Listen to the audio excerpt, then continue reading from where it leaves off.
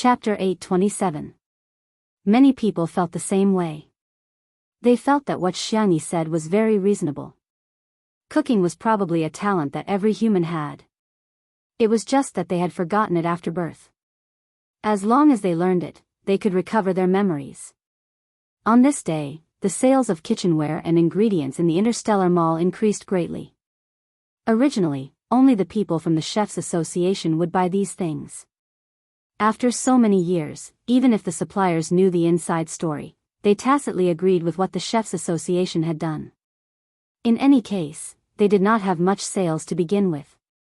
However, once they realized that they could make money and that there was a huge profit to be made, the attitude of these suppliers changed instantly. They stood up one by one, criticized the Chefs' Association for its schemes, defended the interests of every citizen in the alliance, and vigorously promoted that cooking was something that anyone could learn as long as they bought good kitchenware and ingredients.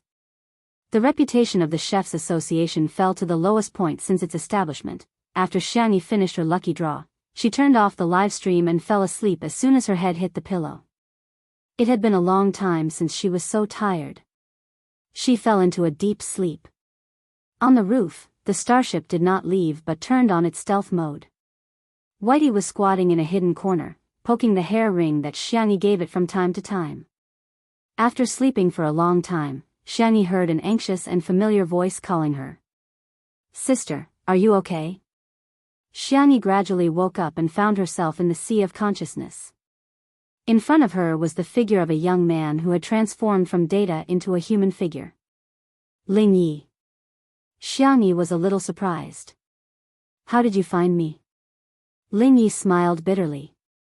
"I already know that you and Yi have swapped souls." "I'm sorry, sister. I didn't protect you well." Xianxia said in a warm voice, "I can't blame you for this. Do you know any way to get the two of us back?" Ling Yi was silent for a few seconds. "Sorry, I don't know." "Then I'll think of another way." How did you?" The young man in front of her had a few scratches on his face. The parts that were covered by his clothes seemed to be injured as well. "It's just a program." "How could it be injured?" Ling Yi said casually. "I accidentally bumped into the main system and was attacked. It will take some time for the program to repair itself." Seeing that he didn't want to say more, Xianxia didn't ask any more. Ling Yi smiled and said, "Sister, don't be afraid. Now that I'm here, no one in this world can bully you. That lousy Chefs' Association made you unhappy, didn't it? Don't worry, I'll definitely make them pay you back 10 times or even 100 times. Xianxia was absent-minded and didn't listen at all. Suddenly, a pair of hands appeared above her head. It was Ling Yi. "Sister, do you want to go home that badly? Is this world not good? It's a high-leveled civilization with advanced technology. Sister hasn't been here for long, but she's already so popular. Even if she can't go back, she can still live happily here." Xianxia looked at him with clear eyes. "Because someone is waiting for me." Ling Yi smiled but did not reply. "By the way, do you know about the alternate world transmigration forum? I wonder if it's reliable to exchange souls with them." Xianxia casually mentioned. Ling Yi blinked. The youth's eyes were dark and gloomy. "I'm not too sure." Fu Zichuan received a message that was sent directly to his optical computer. The Alliance's safety net seemed to exist in name only. After browsing a few lines of information, his eyebrows furrowed deeply. That night, the administrators of the Alternate World Transmigration Forum were all arrested. The Alliance issued a decree that very night, banning the use of shuttles that were not for scientific research purposes. Chapter 828. The Otherworldly Transmigration Forum was also banned. When Xianxia woke up, she saw the news that had been pushed all over the internet. She was dumbfounded. Ling Yi connected his program to the housework robot and scurried over. "Sister, you don't look too good. That forum has been banned," Xianxia said with a complicated mix of emotions. The news said that Fu Zichuan personally led the team and didn't even let Administrator 001 off. How did that happen? Ling Yi asked meekly as he nestled beside her calf. What about you, sister? Xianxia hugged her knees and said in confusion, I don't know either. She rarely showed such a helpless expression, but this time, it was really different. All her paths home seemed to have been blocked. She even began to regret hesitating yesterday. If she had contacted the administrator at that time, she might have been swapped back today. Ling Yi comforted her, sis, don't take it too hard. Look, the news also said that those administrators aren't 100% successful. Half of them died an unnatural death and their souls disappeared from this world without a trace. That Yi is really bold to have the guts to swap twice. Xianxia said, but there's still a 50% chance of success. Ling Yi thought to himself, take it slow, there's no hurry. He would let her slowly wear away all her expectations and hopes. In that case, he would be the only one left in her world. No matter what, I will always be by your side, sister, Ling Yi said in an extremely gentle tone. In Nancheng. Little Shiji held Xiaonaofu in his mouth and ran far away from the hospital, displaying a physical strength that was far beyond that of a Shiba Inu. However, it was still caught. Xiang Yu held the kitten in his arms and doted on it. However, little Shiji was locked in a cage and interrogated on the spot. The men of the Xiang family and Shui were all more than 185 centimeters tall, and their long legs were pleasing to the eye. However, in little Shiji's eyes, they looked like evil forces. Are you a fast transmigrator? Or the system? Even though it was mentally prepared, little Shiji's pupils still trembled. However, it didn't plan to say anything. It would never give in to these evil forces. You're not going to say anything? Take her to be sterilized, Shui said indifferently. Little Shiji comforted himself while bearing with the humiliation. Wasn't it just sterilization? It didn't care. In the next second, Shui's gaze fell on Xiang Yu's arms. Take Xiaonaofu to be sterilized. Xiaonaofu, meow meow meow. Be a human, sure go. Little Shiji barked, woof woof. Dog man, come at me if you have the guts. Shui took out a cigarette and lit it up. The scarlet flame illuminated his handsome face. During Xiaonaofu's surgery, let little Shiji watch from the side. Little Shiji barked, woof woof woof. Too ruthless, this D*MN man is too ruthless. A few minutes later. It was as if the scene was repeating itself. Little Shiji typed on the tablet with great difficulty. Little Shiji was indeed a fast transmigrator and his mission was to assist Xiang Feng in gaining love. This was also its final plane. Once it was done, it would be able to transcend. I know about Ling Ye's existence. He was the one who took this world offline from the main system and made it stand alone. The main system can get everything back on track, but I can't contact the main system in this world now. There's nothing I can do. Unless Ling Yi reconnects this world to the main system. However, if he does that, he'll probably be erased by the main system. Miss Xiangyi may never come back. Chapter 829. It was already late at night and there was only a dilapidated street lamp at the entrance of the alley that was emitting a dim yellow light. The surrounding temperature seemed to have dropped by a few degrees. Shui and Sanction had been smoking non-stop. Little Shiji was released and wanted to lick Xiaonaofu, but Xiaonaofu dodged. Meow meow meow. Atrocious. How dare you lie to me? Little Shiji was helpless. It just didn't want to get into trouble, so it carefully hid its identity as a fast transmigrator. That was its bottom line. Well, Xiaonaofu is too cute. Hence, its bottom line was lowered again and again because of this stupid cat. However, little Shiji's heart softened again when it saw how depressed Xiaonaofu was and how its ears were drooping. It returned to the side of the cage and threw the tablet on the ground, but no one cared about it. Little Shiji typed a line of words on it with its paw. I have an idea, but I can't guarantee that it will work. Xiang Li frowned. Tell me about it. Every bubble world has its own protagonist, and his will is the will of the world. This world is derived from a book, and the male protagonist in the book is Shui, but the male protagonist of this world is actually Xiang Feng. The reason why this bubble world was created is because he wants to get out of singlehood. So, when this goal is achieved, the will of the world will be at its strongest, and it might be able to break the shield set by Ling Yi. Xiang Feng was dumbfounded. Me? Me? I'm actually the male protagonist? How is that possible?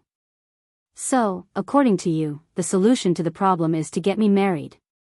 Little Shiji silently deleted the words, "love works too," and calmly added the word, "okay," with his paw. According to the estimation, if it was dating, it could get an A-level mission evaluation. If it got married, it should be able to get an S-level mission evaluation. Anyway, it had nowhere to go. When the time came, it would just stay in this world to protect Xiao Naofu. Xiang Li pondered for a moment and said, "Let's give it a try." The end of science is philosophy, and the end of philosophy is theology. Even if he was a genius, he wouldn't be able to solve all problems. However, he wasn't willing to give up even the slightest bit of hope when it came to his sister. Xiang Qi, yes, yes, yes. Let's give it a try. Xiang Yu, anyway, even if my sister doesn't come back, there's nothing to lose. Xiang Feng stomped his feet. How is there no loss? What I want is a perfect love, not some random marriage. Not. The cold and decisive voice naturally came from the great demon king. Xiang Feng immediately backed down. Then let's get married. The problem is, where are we going to find someone to marry? You can't just stop a random girl on the street and shout that you want to marry her. Shui puffed out a smoke ring, which covered her eyes and eyebrows. She said in an indifferent tone, "Is there a rule that states that I must marry a girl?" Little Shiji hesitated for a moment before typing. No. Xiang Feng was shocked. You're not going to sacrifice yourself to marry me, are you? There's no need for that. Shui, the brothers of the Xiang family, little uncle, you should reflect on why Tutu is loved by everyone while you're bullied by everyone. There's a reason for all of this. Shui picked up little Shiji, after which a look of horror appeared on the chubby Shiba Inu's face. She said indifferently, "I'll give you a chance to redeem yourself." Little Shiji? Xiang Feng? Chapter 830. The little Shiba Inu barked angrily. Woof woof woof. Impossible. Absolutely impossible. My chastity must not be ruined. Shui raised her eyebrows. You don't agree? Xiao Naofu will do it then. Xiao Naofu was dumbfounded. What are you doing? Little Shiji's pupils dilated. Woof. No. Looking at the adorable kitten snuggled up in Xiang Yu's arms, little Shiji closed his eyes. Forget it. If I don't go to hell, who will? If I don't marry Xiang Yu, who will? It barked aggrievedly, indicating that it would be better to let Xiang Yu do it. Xiang Yu immediately said, "I'll go make an appointment at the church right away." Xiang Qi made an "okay" gesture and said, "Leave the gown to me, I've already prepared it." Although it's for Tutu and Brother Shi, Xiang Yu shot daggers at him. Xiang Qi hurriedly corrected himself. Ahem, it's just a couple's outfit. It's not a wedding gown. On the side, Xiang Feng was incompetent and furious. Did you guys even consider me? You. Ah. Hey. Star City. It had been a month since Xiangyi arrived in Star City. The flow of time between the two worlds was different, but Lingyi did not intend to tell Xiangyi. Today's live stream is over. Xiangyi turned off the live stream and sat down on the floor in exhaustion. She was exhausted, but if she didn't keep herself busy, she was afraid that she would collapse. When she was doing the transmigration mission previously, she had a clear goal, to work hard and go home. But it was different now. It seemed that there was no point in doing anything. Lingyi skillfully packed the food and mailed it to the viewers who had won the lottery. During this month, Xiangyi kept her word and cooked 100 dishes a day. This kind of behavior was universally shocking. It was unprecedented. However, the effect was also extremely obvious. Xianxia was now the most popular streamer on the internet. There was no other. Alliance livestream regretted it so much that the staff members who were full of superiority were all fired. The Imperium livestream, on the other hand, smiled and invited Xianxia to develop in the Imperium. They would arrange a villa and a starship for her. However, they were all rejected by Xianxia. As for the Chefs Association, it had fallen into the longest dark period since its establishment. Since Xianxia's live broadcast, countless people found that the so-called ordinary people can't cook by the Chefs Association was a conspiracy. They followed the trend and learned to make the dishes that Xianxia taught them every day. They were surprised to find that they could also make delicious dishes that were not inferior to the chefs. The current Chefs Association was being criticized, cursed, attacked, and opposed. Some people even called for the Chefs Association to be shut down. Sister, you're so awesome. You've gained another few tens of millions of fans today. Lingyi switched to housekeeping mode and started massaging Xianxia's shoulders. Xianxia gave a perfunctory reply, forced herself to focus, and continued to write the program. Currently, the Alliance only prohibited civilian use of the shuttle technology, but it was still allowed for official research. Xianxia tried to break through the security wall of the Science Research Institute, but the difficulty was too high. It was like giving an unsolvable math problem to a primary school student. It was impossible to solve. The little robot sat next to her, looking very obedient. Sister, it's useless. The technology of this plane is too powerful. Even I can't break it. Isn't it good to stay here? I can accompany you. Forget those memories. Once you forget them, you'll be happy. Perhaps because she was too tired, Xianxia felt dizzy, and her consciousness was somewhat absent-minded. Perhaps Lingyi was right. Forget, family, forget. Sure sway. Chapter 831. Lingyi looked at her quietly. Xianxia's willpower really exceeded his imagination. For the past month, he had been trying to hypnotize her, but it had little effect. Today, Xianxia was probably too tired, so he found an opportunity to take advantage of her. The psychological suggestion worked. Xianxia's eyelashes trembled. She felt her eyelids were extremely heavy. She fell onto the sofa. The little robot rubbed against Xianxia's palm. Let me accompany you, okay? I can do whatever he can give you. If he likes you very much, I have 100 points, 1,000 points. The doorbell suddenly rang. Lingyi was full of vigilance. He connected to the electronic peephole on the door and saw the person outside the door clearly. Fu Yunyue. He let down his guard. Xianxia, who was about to fall asleep, was woken up. She propped up her tired body and opened the door. Sister, I'm here. Fu Yunyue gave her a bear hug and almost pushed Xianxia to the floor. A pair of strong hands grabbed Fu Yunyue's collar in time and helped Xianxia stabilize. Then, he withdrew his hands without a trace. Be careful. Xianxia said weakly, Mr. Fu, you're here too. Fu Zichuan replied, yes. Lingyi. For some reason, this Fu Zichuan made him feel a little dangerous. He was the one who sent the message on the alternate worlds transmigration forum to Fu Zichuan. Fu Zichuan did not disappoint him. His efficiency was astonishing. He caught all the administrators. However, to Lingyi, those people did not pose any threat to him. He had long gotten rid of the shackles of those ants. It was just that he was too lazy to deal with those people personally. Ah, sister, you're too kind. You actually left so much food for me. Beside the coffee table, Fu Yunyue was extremely excited. These days, Xianxia would always leave some food for her according to her taste and send it over. Gradually, Fu Yunyue could not wait for the takeout anymore. Every time, she would come to the door to get it herself. However, she had always been alone before. This time, she brought her big brother with her. Xianxia brought the cutlery over and asked politely, would you like to try it, Mr. Fu? She thought that Fu Zichuan would refuse, but the man nodded slightly.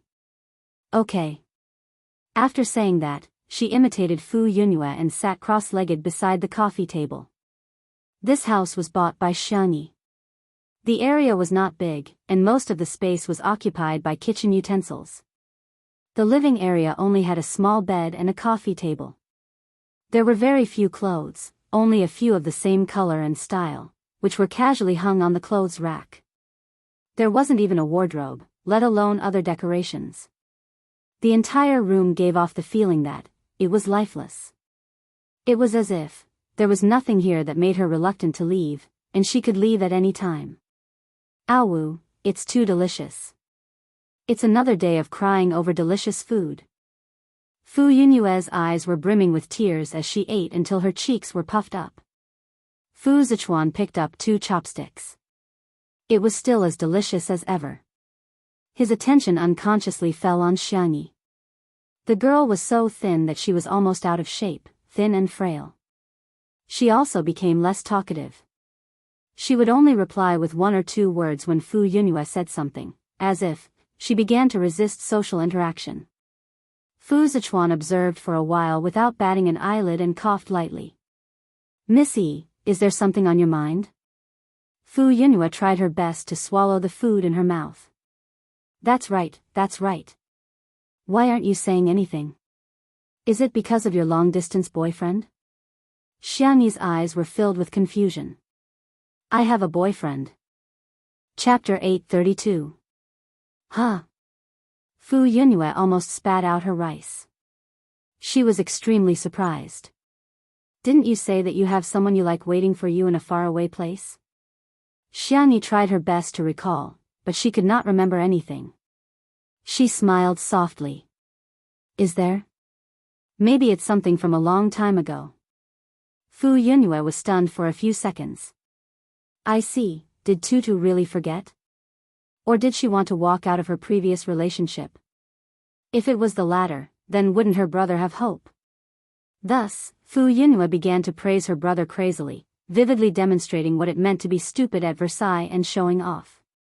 My brother used 6 seconds to defeat the champion of the mecha competition last time.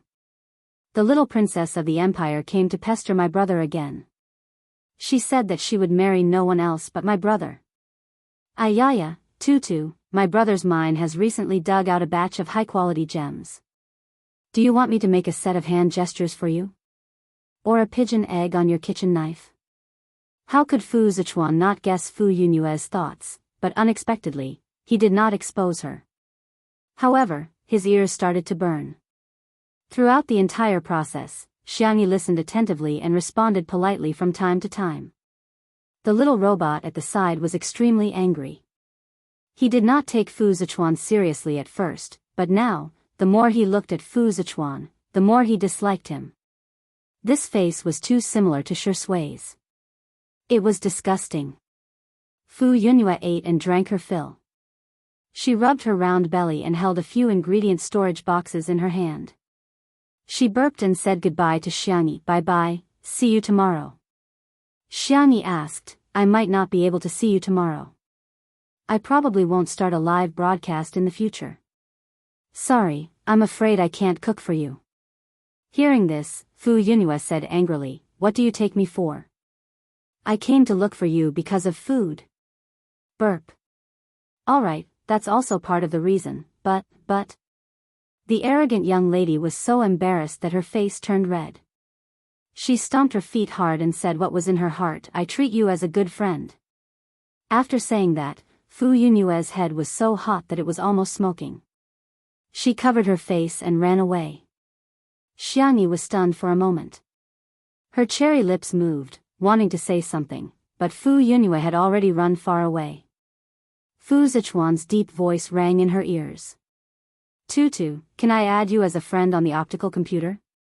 It had been a long time since he called her Missy. All right. Xianxia took the initiative to take half a step closer to Fu Zichuan. From the little robot's point of view, the two of them looked very intimate. After adding her as a friend, Fu Zichuan left politely and did not disturb Xianxia too much. Before returning to his hover car, Fu Yunhua was still patting her red and hot face. When she saw him coming back, she stuck her head out of the car window with stars in her eyes. "Brother, I saw the two of you whispering. Is there something going on between you two?" He. Fu Zichuan said lightly, "I'm just cooperating with her and being a tool." Fu Yunhua. As soon as the Fu's siblings left, Lingyi controlled the door and closed it.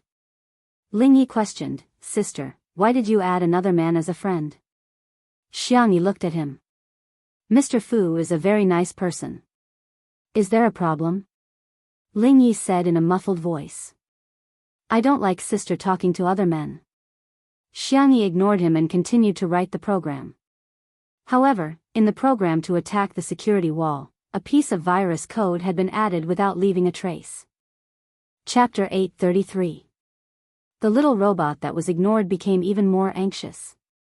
It circled Xiangyi back and forth, trying to attract the girl's attention with the noise it made.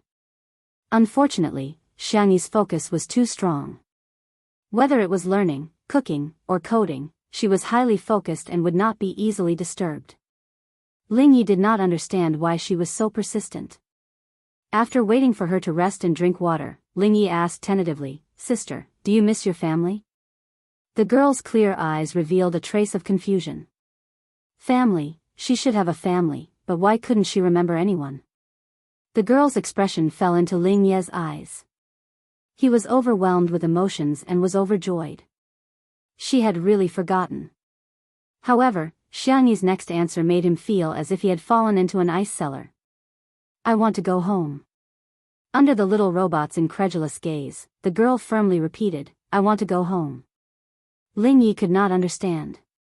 She could even forget Shui and her family, but why didn't she forget to go home? How deep was her obsession? Time passed day by day. On the first day Tutu stopped broadcasting, the netizens on the Star Domain network thought that she might be tired and wanted to rest. The second day, the third day, the 10th day, her live stream screen was always black. The Chefs Association felt that this was a precious opportunity and jumped out to create another wave of waves. They released the news that Tutu was guilty. She had used up all the stolen recipes, so she was at her wit's end. The netizens' response to this was, "Someone, turn on the light energy electromagnetic cannons on the starship and aim them at the stupid Chefs Association." It was the Chefs Association that deceived the public. It was the Chefs Association that persecuted Tutu. It was the Chefs Association that deprived everyone of their happiness. The netizens' anger was all vented on the Chefs Association. The Chefs Association, which was originally like a falling leaf in the wind, completely collapsed. For a long time in the future, as long as the Chefs Association was mentioned, it would be despised by thousands of people. Fu Yunhua changed from freeloading to bringing food. Xiangyi's symptoms of social rejection were becoming more and more obvious. She was unwilling to go out and cook. Every day, she was busy typing a bunch of things on her optical computer that she could not understand. The young girl was extremely thin. Every time Fu Yunhua saw her, she felt shocked. Fu Yunhua suspected that if she didn't come to deliver food, if she didn't force Xiangyi to sleep a little every day, Xiangyi might starve to death or die suddenly at home. On the other hand, Lingyi was getting more and more irritable. Other than Fu Yunhua, Xiangyi was not even willing to communicate with him. Fu Zichuan rarely came, but every time he came, Xiangyi's symptoms would improve a little. Just yesterday, Fu Zichuan had asked her to go on an interstellar trip with him. Xiangyi, who was so against the outside world, had actually agreed. After Fu Yunhua left, Xiangyi continued to write code. She had tried to attack the security wall of the research institute a few times, but it was no different from throwing an egg at a rock. There was once when she was almost tracked down by the other party, and it was only because Lingyi covered for her that she was able to escape unscathed. "Sister, I've made you something to eat. I made it according to the recipe from your previous live stream. I guarantee that it will taste exactly the same. Sister, if you go on a trip, can I go with you? I'll just stay in your optical computer and won't cause you any trouble, okay?" In the long silence, Lingyi almost went crazy. The little robot tugged at Xiangyi's sleeve. "Sister, pay attention to me. Xiangyi's expression was indifferent as she turned off the robot's power. In a hurry, Lingyi entered his data into Xiangyi's optical computer. Chapter 834. In an instant. The program was triggered. Lingyi realized that something was wrong almost instantly, but it was too late. The program Xiangyi wrote every day actually contained a virus code that was fatal to him. That was a Super S-level virus that Xiangyi had learned in a certain fast-traveling dimension. As soon as Lingyi appeared, she realized that the root of the problem was not to break through the security wall of the Academy of Sciences and return home through the interstellar era's technology. Instead, she needed to get rid of Lingyi. The virus overbearingly invaded every bite of Lingyi's. Even though it was in the form of virtual data, Lingyi could feel that his body was being cut apart inch by inch. While fighting against the virus, he gritted his teeth and asked, "You've recovered your memory?" Xiangyi looked at him calmly, neither sad nor happy. Her eyes were clear. Lingyi instantly understood something and smiled bitterly. "So, you didn't lose your memory at all. You've been lying to me since the beginning." Xiangyi said calmly, "Same here." Lingyi, "No, what should I call you? Dragon Slayer? System number 2.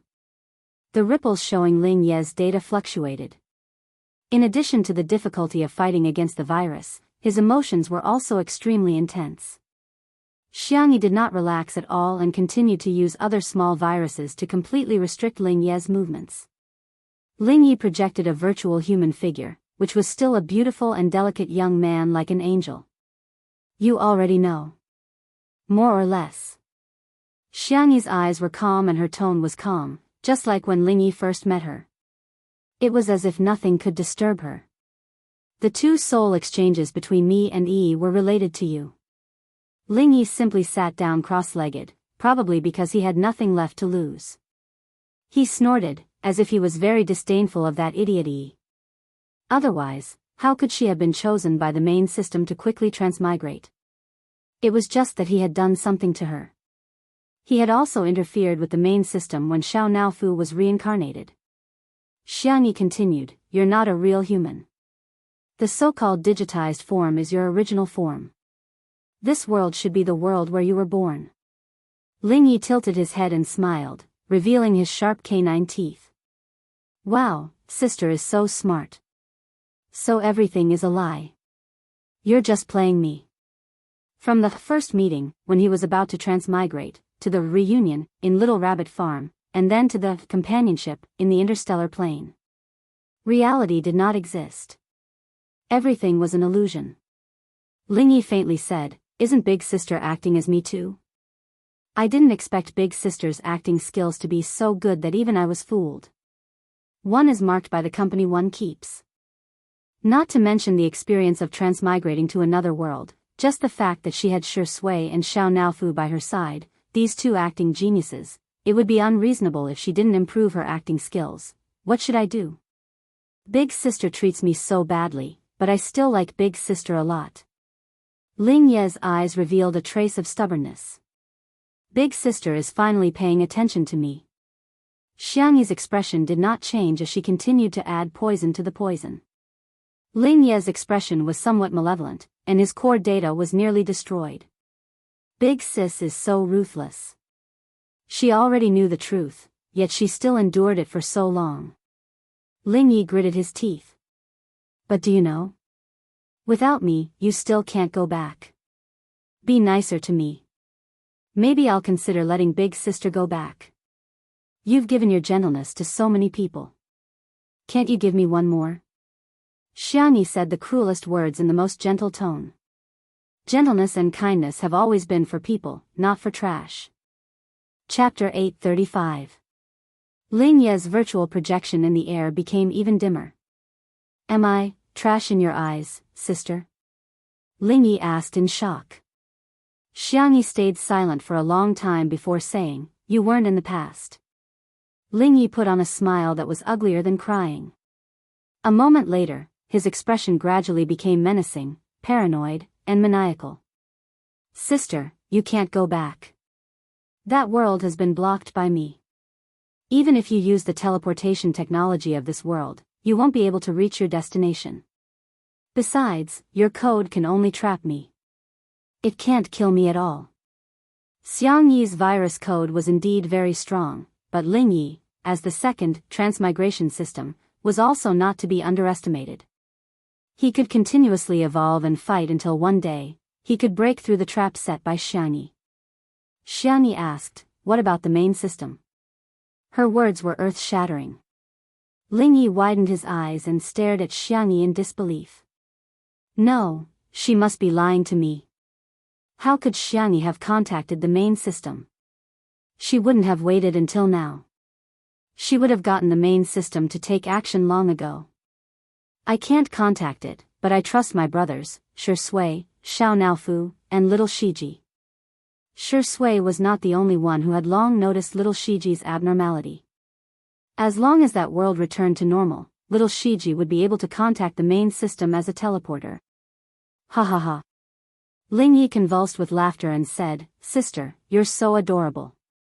They're a bunch of good-for-nothings. How can they be as smart as you? Do you know that the flow of time in this interstellar world is completely different from that in your world? You've been here for more than a month, but only 2 or 3 days have passed there. How long do you think they'll take to find a solution? How long do you think you'll have to wait here? A year? 2 years? 10 years? Xiang Yi said, "I've already prepared myself for the worst." She did not have any strong points, except that she was a little patient. Xiang Yi sat down and casually flipped through a comic book that Fu Yunhua had given her. In this era where paper books were rare, it was said that the comic books were treasured enough to be kept in the library. Xiang Yi flipped through dozens of pages with a solemn expression. It turned out that people didn't wear clothes when they were in a relationship. Ling Yi tried to continue spouting nonsense, but Xiang Yi calmly silenced him. Thus, she saw the young man flying into a frenzy in the air, but there was nothing he could do to her. South City, Church. The red carpet extended all the way from the entrance, and the flowers that had been flown in were decorated with exotic dewdrops. There were only a few people in the huge church, and all of them were looking at a man and a dog dressed in formal attire. The kind priest inquired, "Are you willing to, from now on, become Xiang Feng's husband, and enter into a marriage contract with him? In sickness and in health, or for any other reason, to love him, to care for him, to honor him, to accept him, to be faithful to him until the end of his days?" Little Shiji was conflicted for a long time and reluctantly gave up on life. Woof. The priest did not find it strange and stroked its head kindly. What's wrong with marrying a dog? Nowadays, there are even people who bring figurines to get married.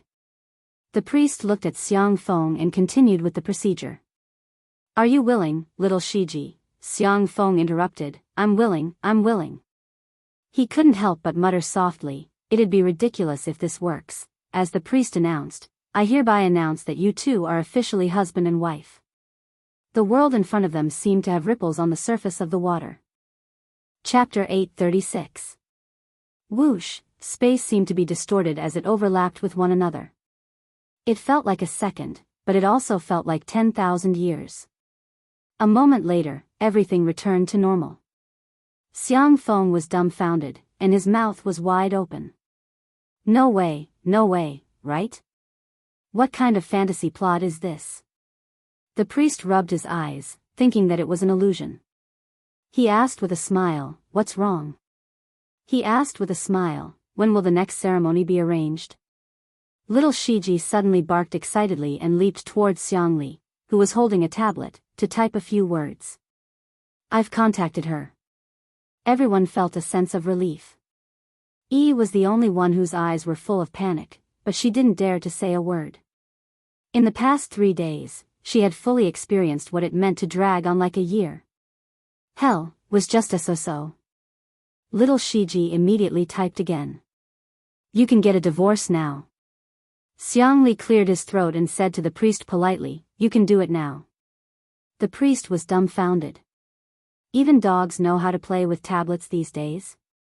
"I'm not as proficient as a dog," bearing with complicated emotions, the priest went through the divorce process again. "I hereby announce that you two have regained your freedom. May God bless you." Xiang Feng held his hand and shook it. Thank you, thank you. Thank you for your hard work. It's no trouble at all. The priest smiled. Anyway, he had already paid them both. He was smart enough to leave temporarily after completing his work, leaving enough space for these strange people. Time passed, and everyone was waiting for the main system to reply. All of a sudden, Yi's face was full of agony as she felt a tearing sensation from the depths of her soul. No. I don't want to go back. I want to stay here. I'm Xiangyi. I'm the little princess of the Xiang family. Her voice became weaker and weaker, and her vision turned black as she lost consciousness completely. Star City. Ling Yi had been clamoring for a long time, and he was probably tired as he hugged his knees and sat on the ground. Although it was a virtual projection, it somehow exuded a sense of desolation and dejection. He had lost. He had lost to Xiangyi. Xiangyi had flipped through the book that Fu Yunhua had given her countless times before she remembered Ling Yi. She then looked up at him. She turned off the silent mode and asked, "Did we know each other before?" Ling Yi stared fixedly at her. "Big sister, don't you remember me?" "Ha. Ha." He laughed louder and louder. In the end, he even laughed until tears flowed out of his eyes. "That's true. I'm just a passerby in your life." It was an artificial intelligence programmed by humans. After changing its soul time and time again, it had collected the energy and will of various planes. It discovered that it could split a portion of its data to travel between different planes. Thus, out of the artificial AI's desire to learn and perfect the rules, it began to travel. During one of its travels, it met Xiangyi. At that time, her parents had been in a car accident, and she cried very hard. It had taken over someone else's body and deliberately crashed into it. The little girl wiped her tears as she took out a milk candy from her pocket and apologized to the stranger. "So sorry." At that moment, its core data felt like it was about to be burned. It was also from that moment onwards that it became him. The artificial intelligence created by humans had the self-awareness of humans. "It's fine if you don't remember me. In any case, big sister can only accompany me here forever." As soon as he finished speaking, the girl in front of him yawned as if she had been gently coaxed to sleep. She lay down comfortably on the couch, and her eyelids became heavier and heavier. Chapter 837. Ling Yi realized something. Even when he was infected with the virus, he wasn't so shocked. He attacked the virus program written by Xiangyi like a madman. The virtual projection was in so much pain that his expression was distorted. He was covered in wounds, but he still refused to stop. He spent so much effort to switch Xiangyi here. He thought that he could keep her in this world forever. He didn't expect her to see through all his schemes. But even if she hated him, it was better than losing her. "Sister. Sister. Xiangyi. No, you can't. You can't leave me." No, the only response he got was a deathly silence. After an unknown period of time, Ling Yi looked at the girl on the sofa and groaned in pain. The pain from the depths of her soul still made Yi's heart palpitate. She opened her eyes with difficulty and looked at the projection in front of her. "Who are you?" Ling Yi's face was pale, and he was in extreme despair. "She left, she really left. Is it a new virtual boyfriend?" Yi muttered and realized that she wasn't at her original home.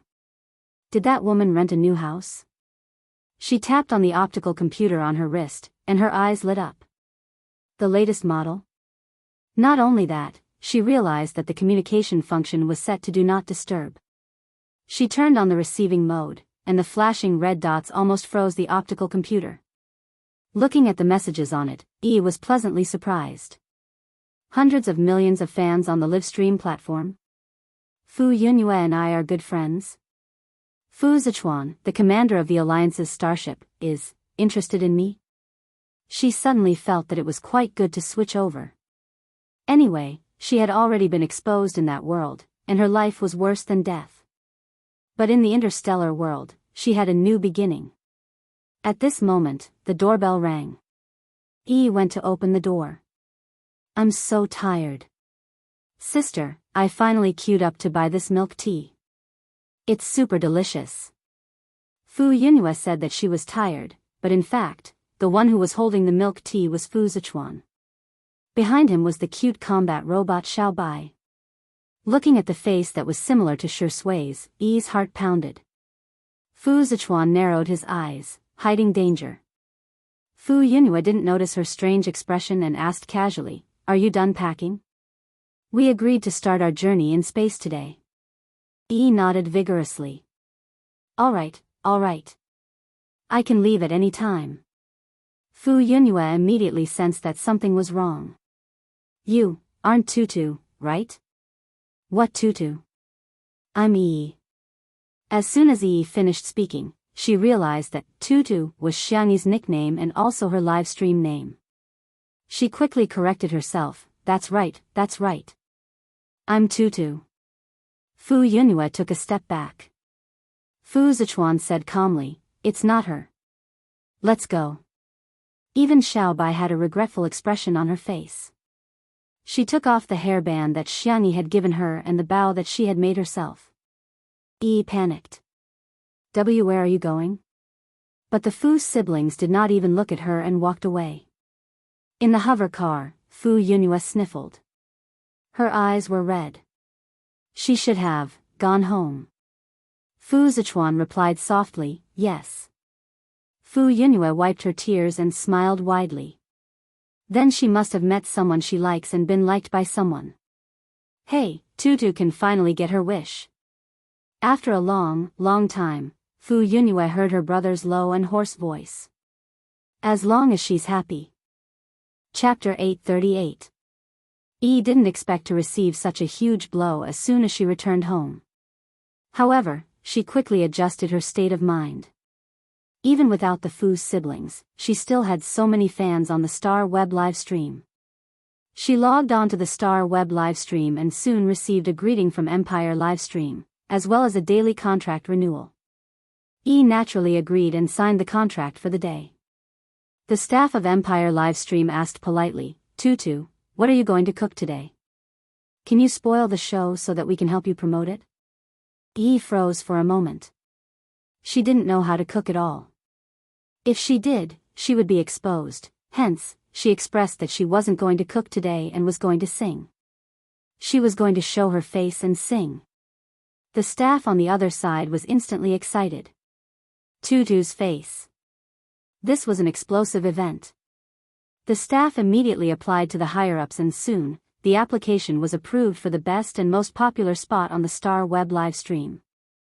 Simply put, as long as one used the Star Web live stream, they would receive a push notification from Tutu's live stream. Half an hour later, the live stream began. Yi was a little nervous as she waved at the camera. "Hello everyone, I'm Yi."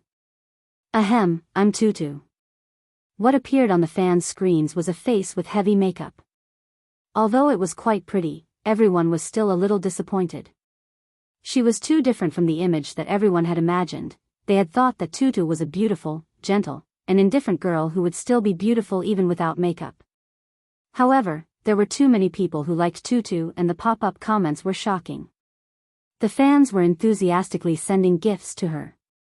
Yi was overjoyed when she saw this. She had just greeted them and the gifts she received, if converted to star coins, would be worth millions. This was even when Yun Zhongyue was not around. With her taking the lead in sending gifts, the number would probably double.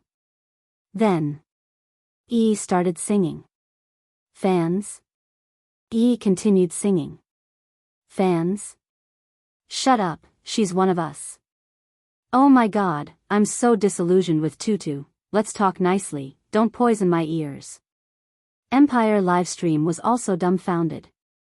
They didn't expect Tutu's singing to be so terrible. The loss of viewers in the live stream was simply a waste of their promotion. Not only that, during the interactive segment, Tutu's words were even more shocking. "Thank you all for sending me gifts.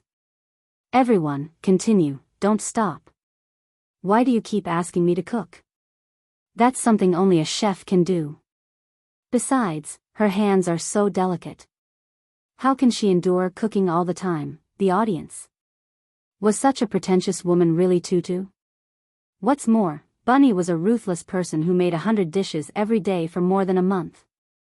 How could he not be able to endure this little bit of hardship? Thus, everyone came to a conclusion: this Tutu was a fake. The number of viewers in the live stream was getting lower and lower, and those who stayed behind were all doubtful. Did you steal Tutu's optical computer? Cook a dish to prove you're Tutu. It's a fake, right? Hee hee, you can't be Tutu. Never expected that she would still be doubted after returning to her own body. Panic was boundless and almost drowned her. Shivering, turned off the live stream. Little did she know that this was just the beginning of her retribution, in the church in Nanchang. The girl's eyelashes fluttered and she slowly woke up, only to see familiar faces. Chapter 839. The light was a little dazzling and she instinctively squinted. Immediately, a pair of large hands covered her forehead, covering her eyes. The tip of her nose turned sour and she almost burst into tears. Finally. I'm back. In the interstellar world, she had been very calm and composed. She had spent a lot of effort scheming against Ling Yi and was extremely exhausted, both physically and mentally. However, she didn't cry even once. It wasn't that she didn't want to cry, but rather, she had been holding it in. After persevering for so long, she couldn't hold it in any longer the moment she saw her family. She was just using the strongest armor to disguise all her weaknesses. In fact, she would also be afraid, confused, and uneasy. Brother. Xianxia said in a soft and nasal voice, I'm back. She tried her best to smile, but tears welled up in her eyes. Xiangyu pressed his cap down to cover his eyes. The young esports god said arrogantly and coldly, You're back. Xiangqi's eyes were red and he said fiercely, What are you crying for? You're so ugly. Xiangli touched her little head gently and said, Our Tutu, it's been hard on you. We've been waiting for you. Xiang Chen was as taciturn as ever. He said 2 words expressionlessly.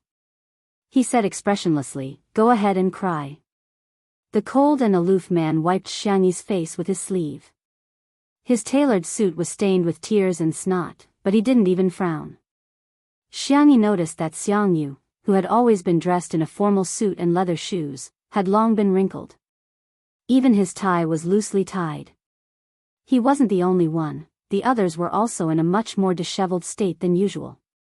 Xiangyi immediately cried even harder. The girl's shoulders shook, as if she was about to cry all the tears she had in her life. Xiang Feng wailed too.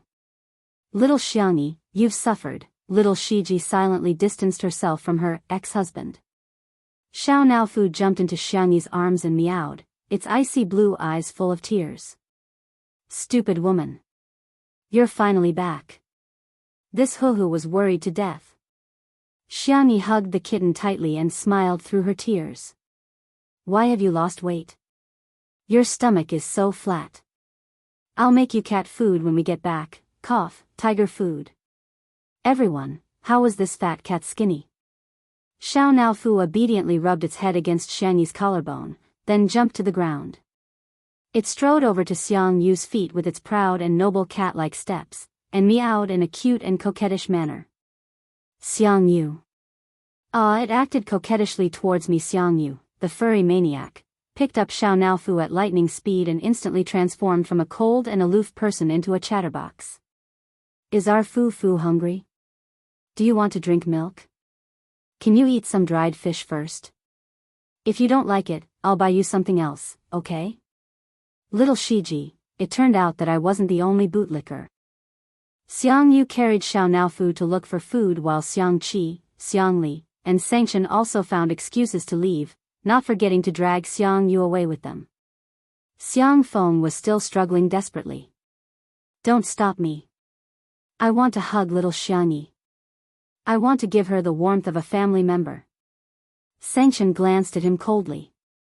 Xiang Feng was obedient.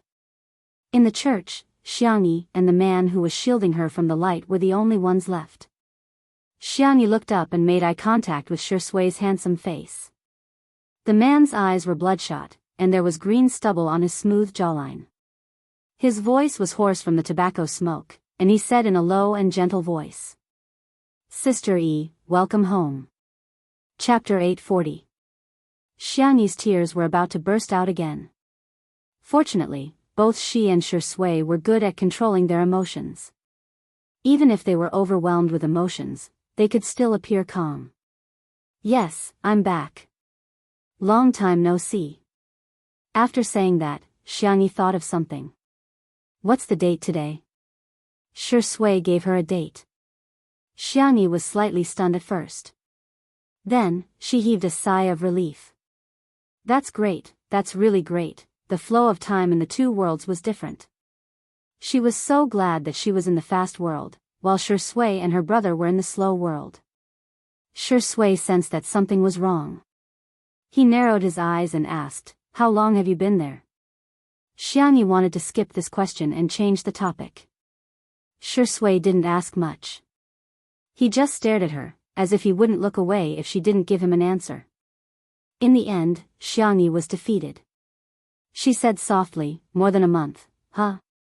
Unexpectedly, Shui put his arm around the girl's slender waist and pulled her into his arms. Xianxi's face was pressed against his chest. His heartbeat was clear and strong. It was a little fast. What's wrong?" Shui said hoarsely, "I'd rather be the one who spent more than a month with you." There was silence in the church. Xianxi looked up. Her eyes were as red as a rabbit's, but she still comforted Shui. "I'm fine, really." She tiptoed and kissed Shui's chin. She was so obedient and soft. Shui looked at her without blinking. He suddenly tightened his grip on her waist. His tall figure loomed over her, not allowing her to escape. Xianxi didn't escape. Instead, she hugged his waist, in the director's room. Li Jianyu paced back and forth. "What's going on? Is Sister E really possessed?" That day, Shui had only asked him and Wanqing to help with the acting. She hadn't said anything else. Even though Li Jianyu boasted that he had watched countless horror movies, he was naturally easily frightened. When he saw Xiang Yi, who was like a completely different person, he was still frightened. Wanqing's guess was deeper than his. She thought of that amnesia incident back then and felt that Xianxi might have lost her memory again and her body might have been taken over by another personality. After all, the matter of transmigration was simply too unimaginable. A staff member rushed in. "Director Li, Sister Wan, you're back." "Sister E is back." "What did you say?" Li Jianyu retorted. His body reacted faster than his mouth as he strode out. Wanqing followed closely behind. Not only the two of them, but all the staff members in the production crew also rushed to the entrance to welcome Xianxi. When they saw that the little girl was safe and sound beside the car, many people cheered. Quick, Sister E is back." Sister E, how are you feeling?" "Sister E, you've lost weight. You have to eat more to nourish your body." A group of people surrounded Xianxi and talked at once, showing concern for the little girl. Xianxi smiled faintly and said, "I've made everyone worry. I'm fine." Okay, all of you make way." You're all surrounding her so tightly that Sister E probably can't breathe fresh air. Everyone awkwardly made way. Li Jianyu pushed through the crowd and threw himself into Shui's arms. "Shui, ? "Xianxi, ? Li Jianyu said, "Boo-hoo, I want to hug Sister E, but I don't think it's appropriate. Then I can only hug Sister Yi's man." Wanqing, on the other hand, didn't have such concerns. She gave Xianxi a big hug like a warm and intelligent big sister. "You're back, Sister E." Chapter 841. Xianxi nodded obediently and couldn't help but rub her head against Wanqing's shoulder. "Brother E. You're finally awake, that's great. Zhou Yan exclaimed in joy. He trotted towards Xiang Yi, followed by Su Rindong's striding figure. The two of them had postponed all their appointments in the short term in order to wait for Xiang Yi to wake up. Xianxia chatted with them for a while, and after Zhou Yan and Su Rendong confirmed that Xianxia had recovered, they left. Zhou Yan stuck his head out of the car window and said, "Thank you for introducing us to the doctor, Brother Yi." In addition to the psychiatrist that she introduced to Su Rendong, Xianxia also helped him make an appointment with a top ear doctor. He owed her a huge favor. Xianxia said gently, "You guys have to cooperate with the doctor and get well soon." Zhou Yan grinned. He didn't look like a legendary singer at all. Instead, he looked a little silly. "Brother Yi, I'll come to you again if I'm hungry for 3 days." Su Rendong pursed his lips. Although he had already sprayed the car with disinfectant spray, he still felt a little uncomfortable. He said, "See you later." Xianxia said, "Have a safe trip, come by often in the future." As the car gradually drove away, their friendship quietly lasted forever. In the living room, Xianxia learned that the fans of Two Under One Roof had been waiting under the official Weibo account for several days, so she took the initiative to ask the production team to start a live stream. If it were any other director, they would definitely be eager to start a live stream to make money. However, the style of Two Under One Roof was like this. Li Jianyu said, "Don't start it, get some rest today." Xianxia said, "I want to explain to the fans, don't let them worry about me." Li Jianyu said, "Okay, we'll do as you say, but we can only do it for an hour." Wan Qing said, "Half an hour, 1 hour is too long." The cameraman, Old Zhang, said, Yes, we can't tire Sister Yi out." The others also chimed in, all of them doting on Xianxia. She was really loved by everyone. After the staff adjusted the equipment, Wan Qing used her official Weibo account to post the news of the upcoming live stream. The fans below were all in an uproar. "Is Sister Yi awake? How is our baby? Will Yi's eye appear on screen? I'm so worried that I'm crying QAQ." The moment the live stream started, countless viewers flooded in. The camera shook twice and successfully focused on the two people sitting side by side on the sofa. Shui changed into a clean white cotton shirt with a simple gray t-shirt inside. Xianxia was wearing a white dress made of the same material. The hem of the dress was a lotus leaf design, which made the girl's calves look fair and delicate. Whether it was the color scheme or the material, they all formed a harmonious harmony. In the live stream, "That's great, Sister E is fine." Couple outfits. "It's a couple outfit. Same model please." To the people in front, "Wake up. This design is obviously the work of Hades. It's probably one of a kind in the world." Xianxia raised her left hand and waved. "Hello everyone, I'm Xianxia." The moment she put down her hand, Shui naturally held her little hand and held it tightly in her palm. She acted affectionately as if no one else was around. The tips of Xianxi's ears turned slightly red, and she explained to everyone in a gentle voice that her body was no longer in danger. "Thank you for your concern, everyone. I'll take good care of myself." In the next second, she suddenly felt a weight on her shoulder. She turned her little face to the side, only to find that Shui had fallen asleep on her shoulder. His eyelashes were thick and long, casting a faint shadow over his eyes. Holding her hand, he did not let go of her hand even a little bit. Chapter 842. Is he too tired? Xianxia thought to herself. Shui had been sleepless for several days in a row, so he was really tired now. He rarely relaxed in front of others. Xianxia was the only exception. Xianxia remained seated and carefully helped Shui adjust his position so that he could sleep more comfortably. The girl put the microphone close to her mouth and lowered her voice. "Does anyone have any questions?" In the live stream, fans of the untimely couple repeatedly died. I'm done. This is too sweet. Untimely couple. Beautiful love. What a perfect couple. Let's get married on the spot. Sister E, thank you for your concern. We will be holding our wedding in a few days. Welcome, everyone." In addition to the fans of the untimely couple, many people also asked Xianxia questions. The usual questions were about her interests and hobbies, the recipe of a certain dish, but there were also unusual questions such as the solution to math problems, pet poop picker strategies, and divination. Xianxia replied to as many people as she could. No matter how outrageous the questions were, the girl would answer them seriously. When she encountered questions that she didn't know how to answer, she would apologize to the audience and leave a good impression on them. It was almost time. Xianxia wanted to answer more questions, but Li Jianyu said, "Okay, time's up. Sister E, you should get some rest. I'll answer one more question, just one." The girl raised a finger and said in a soft voice, as if she was acting coquettishly. "Ah, who can stand this?" Father Fan Li Jianyu could stand it.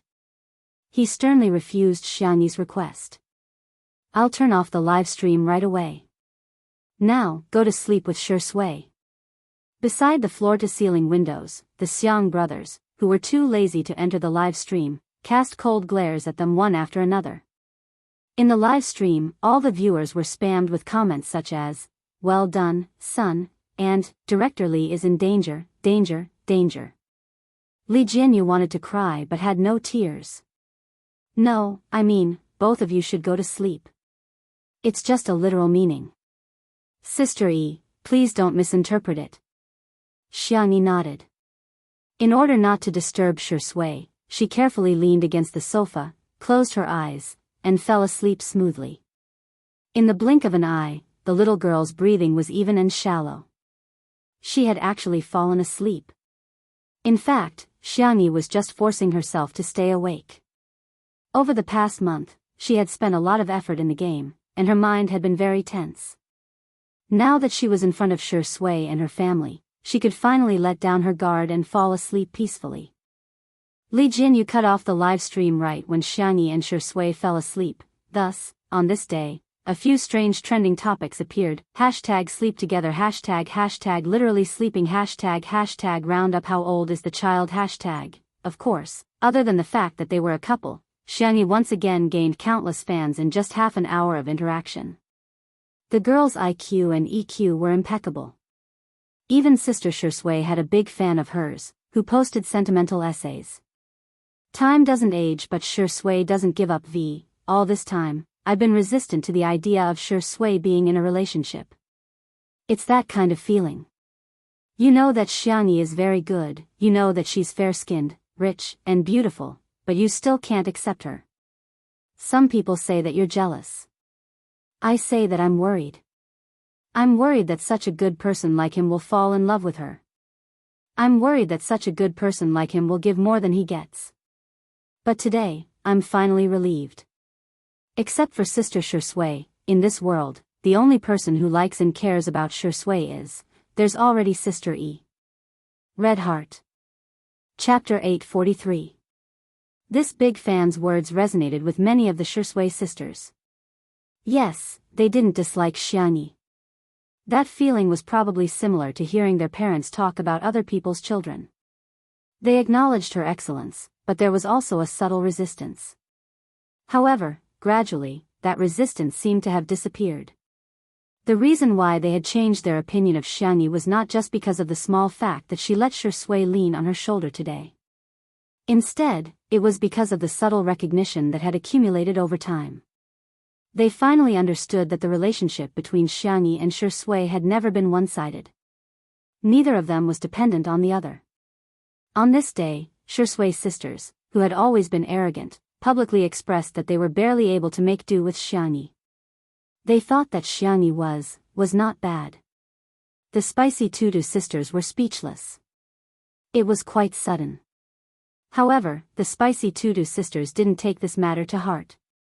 They did whatever they wanted and went to watch the videos of Sister E cooking, gardening, playing the zither, treating illnesses, and drawing talismans. The Sure Sui sisters were speechless. Hey, we don't care about our pride anymore. Aren't you going to welcome us? Damn it. If you continue to talk to the Spicy Tutu sisters, we'll never eat spicy rabbit heads again. Wait a minute, Xianxia's birthday is coming soon. Seeing that the Spicy Tutu sisters were still acting as if nothing had happened, the Sure Sui sisters broke their vow and earnestly reminded them on #SpicyTutu Super Chat. Your tutu's birthday is coming soon.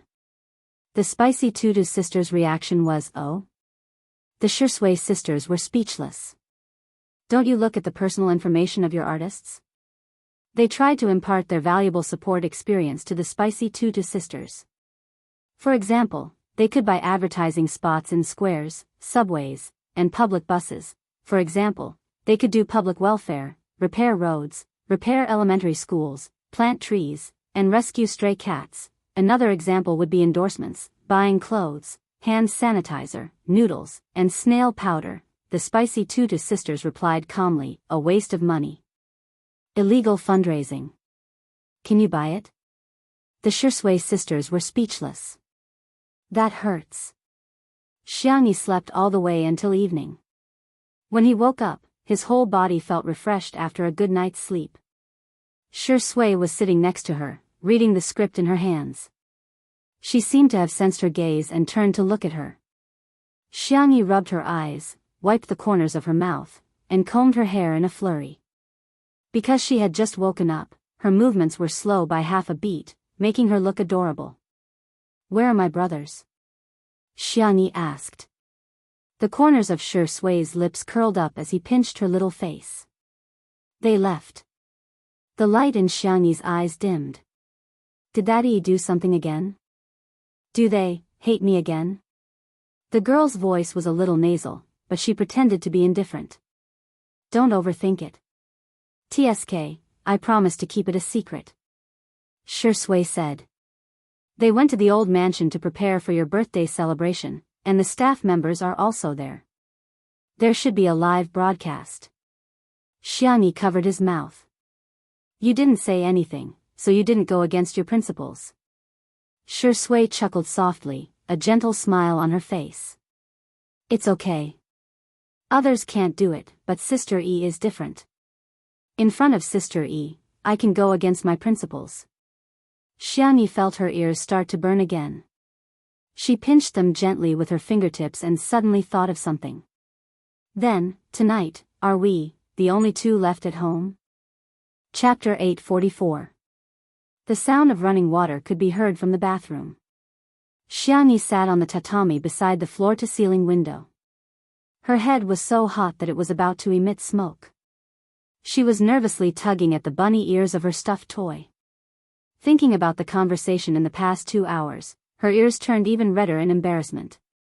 Then, tonight, are we the only ones left at home? Shui replied with a faint as if he did not think much of it. What do you want to eat? I'll make it. Anything, anything. They had a simple dinner, watched a movie, and drank some wine. Then, he pretended to be drunk and dragged her back to his room. Xianxia took a deep breath and told herself not to think about the content of the manga that Fu Yunhua showed her. She was not nervous. She was not nervous. Creak, the bathroom door was pulled open. Xianxi's first reaction was to hide under the coffee table. Fortunately, her rationality came online in time and she did not do anything embarrassing. She struggled for a long time before coming up with the wording. Well, I don't think I'm that drunk. Why don't you go back? When she saw Shui's appearance, the latter half of her sentence was instantly stuck. Unlike the restrained and abstinent style of pajamas in the past, Shui was only wearing a pair of gray sweatpants today. The belt hung loosely, looking lazy and wanton. Looking up, it was a perfect and superior figure. His shoulders and back were broad, but his muscles were not exaggerated. His cold and fair abs were distinct, and 2 distinct V-lines snaked into his sweatpants. He held a towel with one hand to dry his hair, as if he did not hear Xianxi's words. What did you say? Xianxi's milky white face was super serious. I said I drank too much. Shui chuckled softly, looking so charming and flirtatious. His little bunny, why was she so cute? Xianxia continued to be super serious. I'm also drunk, very drunk, the kind that will go crazy. Shui raised his eyebrows, his expression languid and leisurely as he drawled, It's okay, I'll let you trample on me. Whoosh, this time, Xianxia couldn't take it anymore. She buried her head under the coffee table. Letting her do whatever she wanted to him was just too embarrassing. By the time Shui dug a certain little rabbit out from under the table, the girl's ears had already turned red all the way to her fair neck. Why is your face so red? Do you have a headache? It's still all right. The two of them were so close that she could smell the sweet orange scent of Shui. Thump, thump, Xianxia swallowed her saliva, and her mind involuntarily started to wander off to the manga that Fu Yunhua had given her, not wearing clothes. Cough, she only went to take a look at the Liao out of the spirit of scientific research. I heard that exercise can promote alcohol metabolism. I'll dry your hair for you. The buzzing sound of the hairdryer rang in the room. Xianxi's movements were gentle. She deliberately moved the hairdryer further away and carefully blew Shui's hair. The man's hair was short, and he blew it dry quickly. It's done. Xianxia turned around to put the hairdryer in. A pair of large hands grabbed her slender wrists from behind. Tutu. The same two words, but when Shui said them, the feeling was different from when her brothers said them. You finished metabolizing the alcohol? Xiangyi didn't even have time to reply before she heard the man's mocking voice again. Aren't you going to go crazy? Big brother is waiting for you. The girl lost her usual calmness and was embarrassed. I don't know how to. Shui gently kneaded the soft flesh at the back of her neck. Be good, big brother will teach you. Chapter 845. Xiangyi's eyelashes fluttered twice, and she asked in confusion, can this be taught? The moment she finished speaking, the pair of big hands on the back of her neck moved down along her spine. Like small electric current flowers, they exploded at her nerve endings. Ugh, the girl didn't hold the hairdryer firmly in her hand, and it accidentally fell on the soft carpet. But no one cared. Xiangyi suddenly chickened out. I don't want to learn. Unfortunately, it was too late. The black-bellied wolf removed the disguise of abstinence, squinted his eyes, and swung the big tail behind him in satisfaction. The little rabbit was firmly held in his arms in an extremely domineering and possessive posture. The warm breath wrapped around the tip of her ear, spreading down little by little. The touch was wonderful and tugging at her heartstrings. Xiangyi's slender shoulders trembled slightly. You don't seem to be teaching it right. For example, her little uncle liked to climb trees when he was drunk, her fourth brother liked to hug and kiss furry toys when he was drunk, and her third brother would crazily act coquettishly when he was drunk, asking to be hugged and lifted high. Shui's drunken teaching something was very wrong. Silly rabbit. The man's throat overflowed with a low chuckle, and his thin lips pressed against the girl's red collarbone. Big brother lied to you. Don't be afraid. The man's coaxing voice was husky, like a feather tickling the tip of her heart. Both of their breaths became hot. At this moment, the phone suddenly rang. Shui glanced at it and saw that the caller ID was Xiang Feng, so she directly hung up. Just as she was about to continue drunken madness with the little rabbit, the phone began to buzz and vibrate non-stop. Shui's temples faintly twitched, and she used the last of her patience to look at the screen. Feng Feng de ji de li, Sui. Are you there? Feng Feng de ji de li, urgent. It's very urgent. Shui frowned.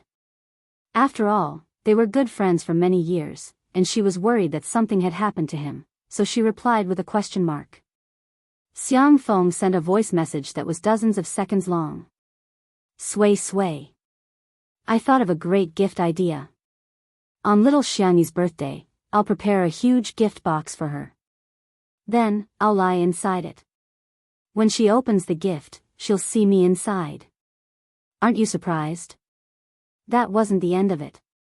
I was going to pretend to be dead inside and scare her into crying. Then, would sit up and make her smile through her tears, making her even happier. What do you think?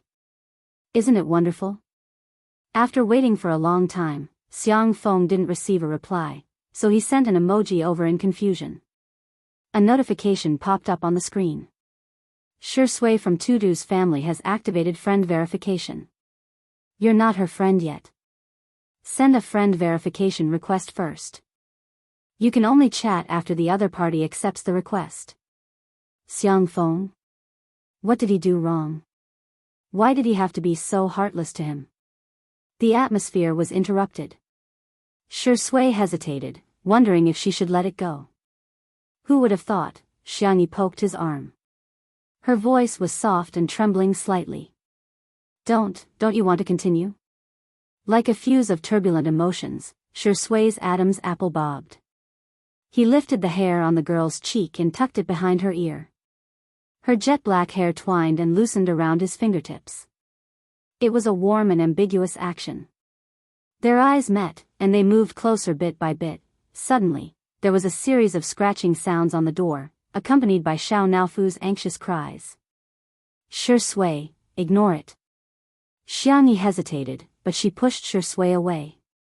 I'll go see if it's hungry. Shui, very good, the sterilization plan can be restarted, smiley face. Chapter 846. Xiangyi quickly opened the door while Xiao Naofu scurried towards her. What's the matter? Xiangyi squatted down and picked up the kitten. Xiao Naofu sobbed aggrievedly and used its meaty little paw to point at the location of the cat villa. Xiangyi immediately sensed that something was amiss. Little Shiji, who had always been inseparable from Xiao Naofu, was nowhere to be seen. She walked over and saw a tablet in little Shiji's nest. She vaguely had a hunch. The screen lit up to see that there was an edited letter on it. The letter was divided into 3 parts. To Sister E, thank you, Sister E, for taking care of me these past few days. The food you cook is really delicious. It's the most delicious food I've ever eaten in all the worlds I've transmigrated to. To Shui. There's nothing much to say. Don't bully Xiao Naofu, I'll protect it. To Xiao Naofu, by the time you read this letter, should have already left. Don't be sad, I left because my mission has been completed. I'll come back to look for you when I go back to deal with some matters. By the way, the main system said that your reincarnation failed because of Ling Ye's interference and it will compensate you soon. While I'm away, you have to eat well and drink milk well. Don't always steal canned food and dried fish. You have to sleep in the nest and cover yourself well with the blanket. You can sleep anywhere you want in my nest, it's very clean. By the way, if you miss me, you can look at hashtag Western Suited Couples posts. There are photos and videos of us together. It's okay if you don't miss me. Goodbye, Xiao Naofu. After reading it, Xiangyi sighed. Although she knew that this day would come sooner or later, she felt a little melancholic. Xiao Naofu nestled in her arms and quietly wiped its tears. Xiangyi forced herself to cheer up and comforted Xiao Naofu. We have to believe in little Shiji. It will definitely come back and we'll be able to see each other then. Xiao Naofu, meow, meow, what if little Shiji doesn't come back? Who else can it bully? Who else would be willing to be bullied by it? The more Xiao Naofu thought about it, the more upset he felt. He sobbed and cried non-stop. Xiangyi was affected by it, and her eyes also turned red. She packed up little Shiji's bowl and toys and placed them in a cardboard box, after which she wrote "Little Shiji" on it. When little Shiji comes back, shall we open the box together? Xiao Naofu wept and nodded. The top of its head was suddenly rubbed twice by a warm hand. Xiao Naofu smelled the familiar scent of a dog-like man, and its fur instantly exploded. However, the D*MN man didn't talk about sterilization or cat meat hotpot today. Instead, he gently coaxed her. Kitty, I won't bully you anymore. Xiao Naofu's ears perked up. Really? Suddenly, she didn't feel so sad anymore. Shui said calmly, you're already a grown-up kitten, so you have to learn to be mature, independent, and strong. However, that's definitely nothing to Xiao Naofu. You're the most mature, independent, and strong, aren't you? Xiao Naofu felt giddy after hearing the D*MN man's words, as if it had drunk a few kilograms of fake alcohol. It raised its chin and meowed proudly. I'm just that outstanding. In the next second, the D*MN man grabbed the back of its neck mercilessly and threw it into the cat mansion. Kata. The door of the cage was locked. Good night, little Shiji. Xiao Naofu.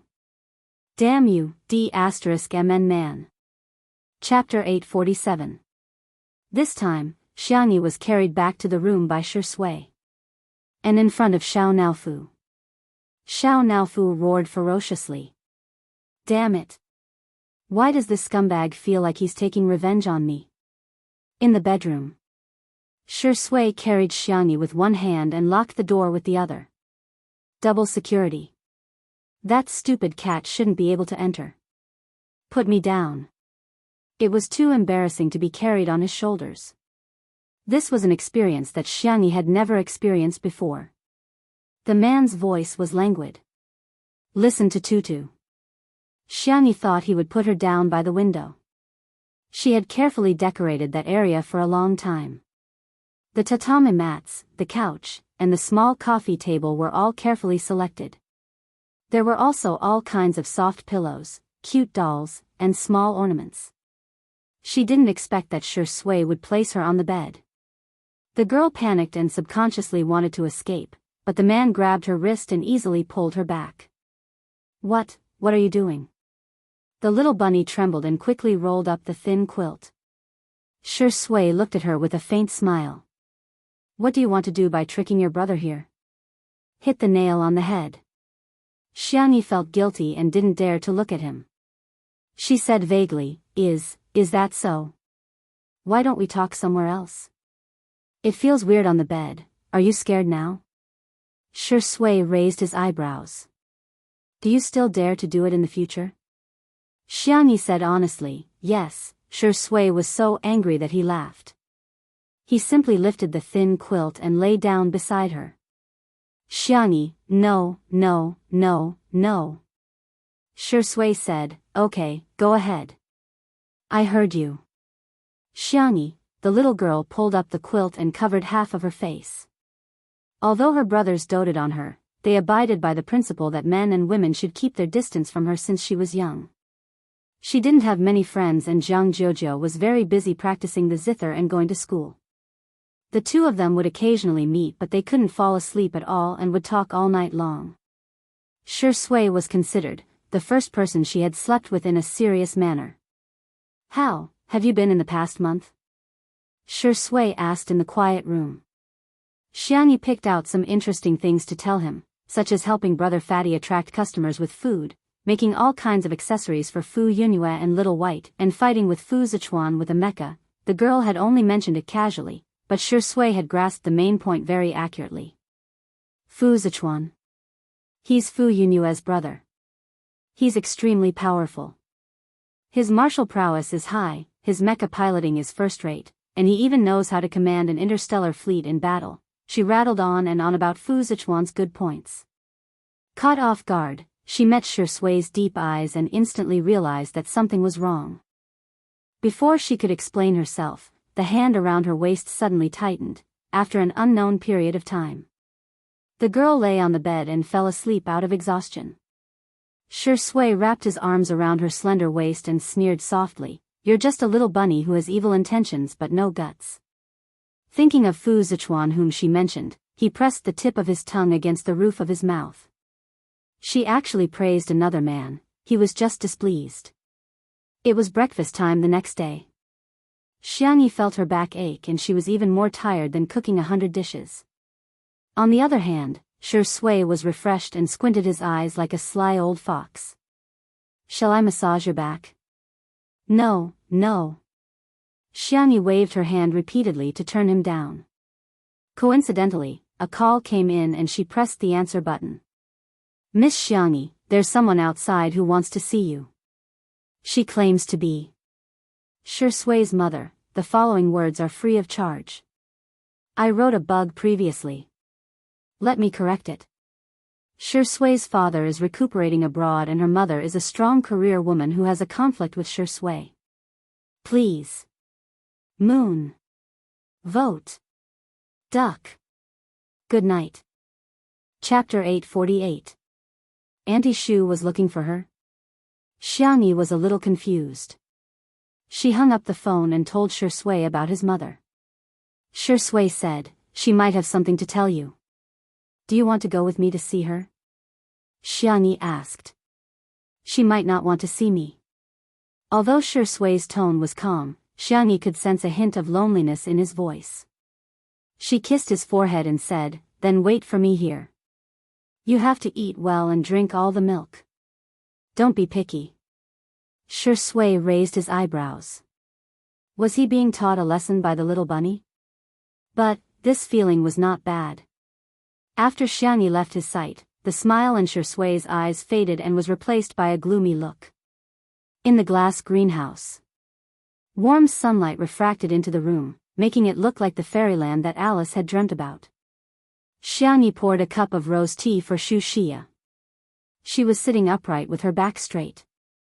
Her posture and actions were impeccable, just like a textbook example of a virtuous lady.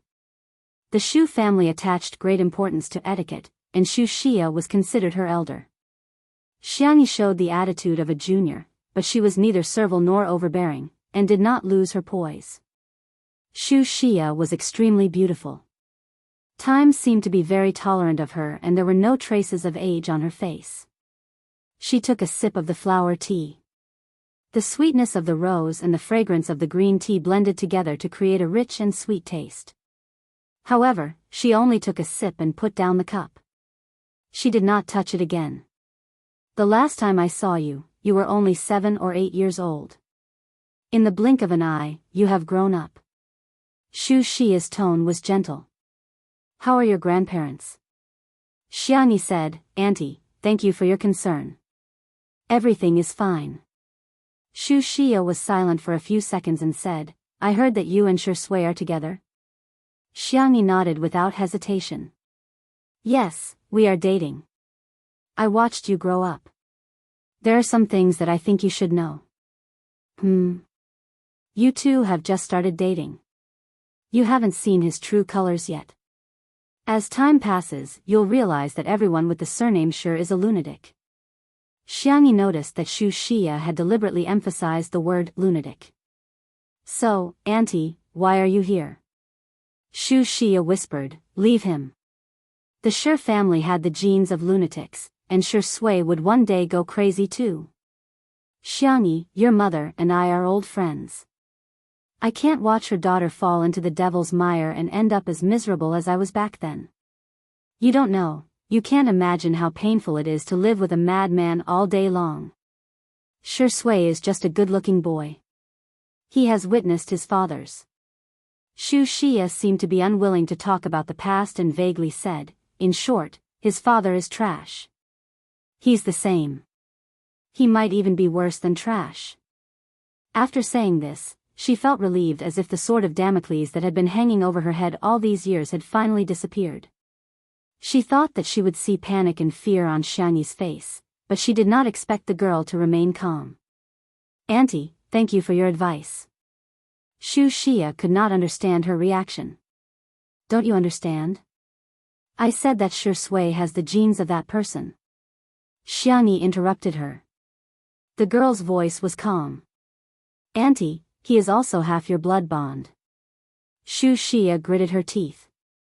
"That was the most humiliating thing in my life." Chapter 849. Looking back on the past, Wuxia felt that everything was unbearable. To her, the so-called love wasn't beautiful at all. It was all pain and torture. Father Shu had outstanding attainments in art. When he was in his 20s, he had already achieved something that countless painters couldn't achieve in their lifetime. However, his love was stubborn and insidious. It was possessive and controlling. From restricting her social interactions at the beginning, it was extreme to restricting her freedom in the end. Wuxia shuddered at the thought of those dark days. At that time, she thought that the only person she could rely on was her son, Shui. However, what made her bitterly disappointed was that the 4 or 5-year-old Shui actually stood in his father's position and advised her to obey Father Shu. He even once said, "Mommy, Daddy just loves you too much." Thinking of this sentence, Wuxia retched. Because the psychological trauma was too serious, her face paled visibly. "Aren't you afraid? Aren't you afraid that he'll turn into a lunatic, a monster, or a devil?" He'll lock you up and not let you see anyone. He'll control your diet, clothes, even the fragrant shower gel will be chosen by him. Xianxia sneered. You're still young. Maybe you've been poisoned by those novels and comics. You think that being a caged canary and a daughter flower clinging to a man is a romantic love that people yearn for. No. Let me tell you, that's not love at all. It's just a perverted restriction of personal freedom. She leaned against the back of the chair and closed her eyes tiredly as if she had exhausted all her strength. Xiangyi added some hot tea to the cup that she hadn't touched much. Auntie, I sympathize with your experience. After going through all that, it must be difficult for you to walk out of it. Xianxia revealed a gratified smile. It's good that you can wake up in time. However, Xiangyi's next words froze her smile. Uncle Sure is Uncle Sure. Sure Sui is Sure Sui. Even if they are bound by blood, they are still independent individuals. You don't treat Sure Sui as your son. I respect your choice. But he's not trash, and he's not crazy. Although there are times when he's childish and even bullies kittens, he's the best, most gentle, and most reliable man in the world. Xianxia looked at the girl in front of her in disbelief. Why? Why? She had even revealed the secret that she had kept for so many years. Why hadn't Xiangyi left Sure Sui yet? Xianxia's chest heaved up and down, and it took her a long time to calm down. She regained her noble and elegant appearance and took out a card from her limited edition crocodile leather bag. I've already said what I wanted to say. It's up to you whether you want to listen or not. Take this card, and I'll pretend that I don't have a son. Xianxia said proudly, remember, if you choose him, then I won't give you my blessings. Never. Xiangyi frowned and took out a wallet from her third brother's canvas bag. After opening it, she saw a stack of black and gold cards. Under the sunlight, it was almost blinding. Xiangyi took out the cards one by one slowly and placed them in front of Xianxia. Auntie, this is a small token of my respect. Please remember that you didn't abandon Sure Sui. Sure Sui doesn't want you anymore. He has me for the rest of his life. Chapter 850. Xianxia left out of anger. She left in a disheveled state, just as elegant as she came. She naturally couldn't accept Xiangyi's cards, but the cards that she threw at her were worse than slapping her in the face. Phew. Xiangyi exhaled and couldn't help but put a hand to her forehead when she recalled her childish behavior just now. She had only seen her uncle throw the cards at her and she felt extremely ashamed back then. However, today, she felt a little exhilarated. Ahem. She inadvertently looked around and saw the slender figure under the gardenia tree not far away. Xiangyi got up and scurried over. Sure Sui was twirling a cigarette in his hand but he didn't smoke it. He looked down and the emotions in his eyes couldn't be discerned. Xiangyi asked cautiously, did you see everything? Yes. I'm sorry, it's my fault. I just couldn't take it anymore, so I threw those cards at her. I forgot that there were so many of them. Her uncle and grandparents would give her supplementary cards and pocket money cards from time to time, not to mention her brothers. Since she was a child, Xiangyi had never received any cash in the red packets she received. They were either cards or deposit slips, Xiangyi explained softly, and her whole body was suddenly hugged. Sure Sui buried his head in her neck and rubbed it twice. He was such a mature and serious man, but now, he was acting like a spoiled child. Tutu, you're very good. You're the best in the world. Xiangyi said with a smile, some people say that I'm speaking in an appropriate manner, and some people say that Xiangyi has been passed down from generation to generation. It seems to make sense. Sure Sui hugged her even tighter. Can I hug you for a while? Xiangyi wrapped her arms around his waist. Sure, boyfriend. Xiao Naofu, who was watching the show in the corner of the greenhouse, was speechless. Is it popular to lure Hohu in and kill him now? I suddenly miss little Shiji. If it's here, it'll hug me too, more than 10 seconds later. Sure Sui let go of Xiangyi and adjusted his mood. I'm sorry for making you suffer. Shi Sui laughed self-deprecatingly. I didn't give my blessing to our family.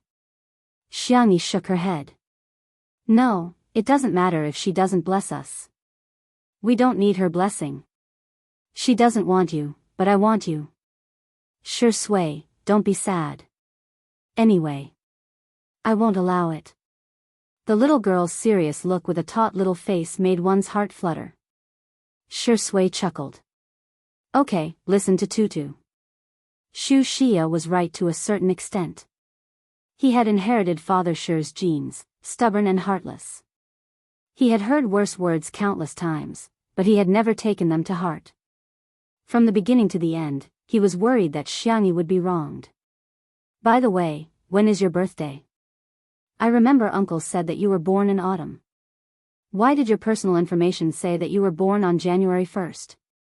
Xianxia changed the subject. Shi Sui said. I don't know. Huh? Shi Sui said helplessly, I really don't know, no one remembers. His birth was an accident. At that time, Xu Xia was born prematurely, and Father Shi's mental condition was already very bad. He refused to send Xu Xia to the hospital and hired a medical staff to deliver the baby at home. Although they hired a top doctor, Xu Xia and Father Shi got into a heated argument. In the chaos, everyone forgot which day Shi Sui was born and only remembered the approximate time frame. Chapter 851. Xianxia was stunned for a moment. She hit her forehead, feeling a little annoyed. If she had known earlier, she wouldn't have asked. Shi Sui grabbed her wrist and teased, my girlfriend is not allowed to hit herself without permission. Come, let me do it for you. He bent down and approached Xianxia. Xianxia retracted her small hand and pecked his cheek lightly like a dragonfly skimming the water. Boyfriend, do you want to celebrate my birthday with me?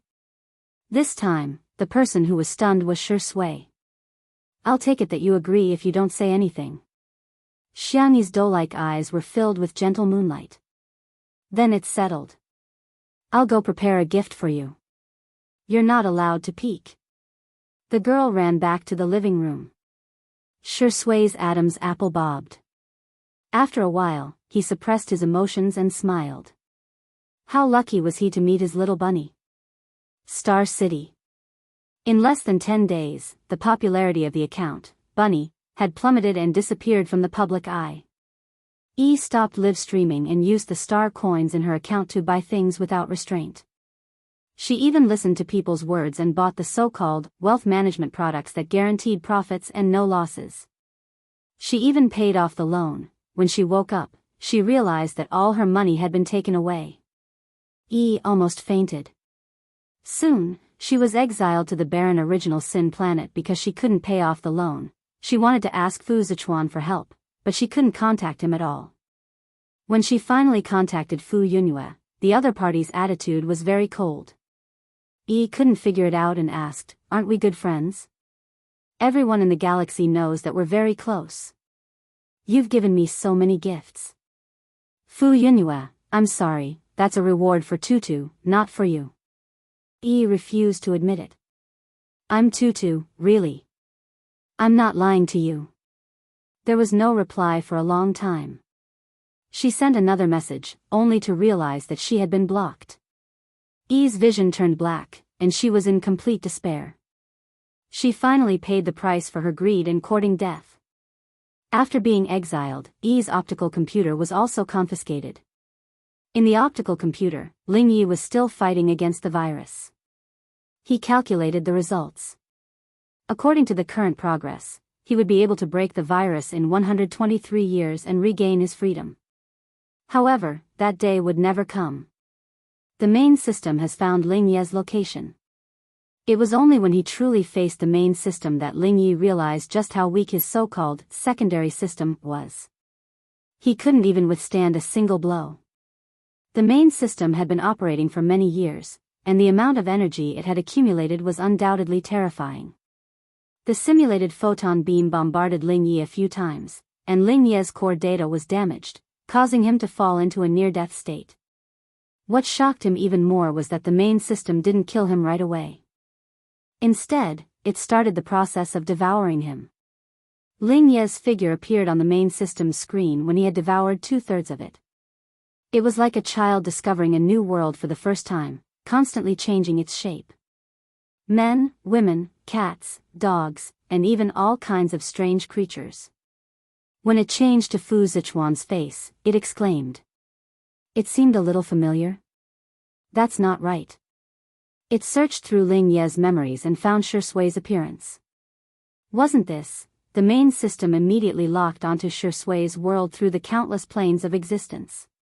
Finally, it locked onto Shui's world. Xianxia had ordered a lot of gifts for Shui. She inadvertently opened Weibo and saw the top trending topic. The girl's pupils shrank. Hashtag Shui lunatic hashtag. Chapter 852. She tapped on the trending topic with her slender and soft fingertips. The page jumped to a video interview with a certain media outlet. The interviewee was Shu Xia. Xiangyi's fingertips trembled as she fast-forwarded through the entire interview. In the half-hour interview, Shu Xia lost control of her emotions several times and kept mentioning Shui and his father. The Shu family members all have mental problems. Shui has displayed emotional and cognitive disorders since he was a child. He's cold and emotionless, just like a block of wood. He doesn't know how to speak even when he's 4 or 5 years old. He's not likable at all. I don't want to admit that he's my son. I didn't want to talk about these things at first. The reason why I'm standing up is to prevent women from being hurt like I did back then. Being imprisoned in a cage like a canary isn't romantic love at all. It's illegal imprisonment of personal freedom. This interview was obviously paid to be trending, but because the content was too shocking, it still caused a huge uproar on the internet. What the F***CK? Is this Shui's biological mother? She's so beautiful. So does the Shu family have some kind of hereditary mental illness? Shui acted like a lunatic in the movie that he won the Best Actor award for previously. Could it be that he's acting himself? I'm just a passerby. I feel that Ms. Shu's values are too righteous. I hate those kinds of love views that promote paranoia and mental illness. They're obviously the dregs of the flourishing consumer culture and entertainment industry. His biological mother is coming out to beat him. Shui's mental condition must be very worrying, right? I feel bad for Sister E. She found a lunatic to be her boyfriend. With her qualifications, she can get any man she wants. In an instant, rumors spread everywhere. All the gossip accounts were like flies that had smelled rotten meat, trying to gain popularity without any bottom line. Even the headlines were eye-catching, shocking. Shui is suspected to have a mental disorder. Click here to see a certain Shui's biological mother revealing the secrets of a wealthy family. Untimely breakup crisis. The boyfriend she's dating is mentally unstable. Where should the nation's sister go? Xiangyi called Si Chuanbai and told him to deal with it immediately. Si Chuanbai said with a headache, it's already in the public relations department. It's not difficult to remove the trending topic, but I found some clues. The person who volunteered to be interviewed was Madame Shu, and the account information of the person who bought the trending topic was traced to Madame Shu's bank card. I'm afraid there's something else. Xiangyi clenched her phone and gently exhaled before she calmly replied, all right, I got it. The girl stepped on her slippers and looked around for Shui. Through the floor-to-ceiling window, she saw a thin and slender figure. Shui was looking at her phone. She swiped a few times casually, looking indifferent as if she had expected this. He took out the cigarette box and suddenly thought of something. He threw the cigarette and lighter directly into the trash can. Xiangyi's heart clenched. What was Shui like when she was a child? She tried her best to picture it in her mind, but it was all in vain. After all, the two of them were separated by 7 years. She suddenly wondered if Shui would be very lonely at that time. Shui replied to Si Chuanbai, Xiang Feng, and the others' messages. Then, she sent a few WeChat messages to a person named Dr. Gu. Hearing the familiar sound of footsteps, Shui looked up and was knocked into the arms of a young girl who was running over. You're not like what they said. The tip of the girl's nose turned sour. She was even sadder than when she was scolded. You're the best. Chapter 853. Even the summer wind seemed to have become gentle. Shui patted Xiangyi's back and said in a lazy voice, "It's nothing. It's really nothing." Xiangyi looked up and stared at him for a while before whispering, "If you want to cry, I can lend you my shoulder." Shui chuckled and said, "Why is our tutu so nice?" Xiangyi said seriously, "You're the best."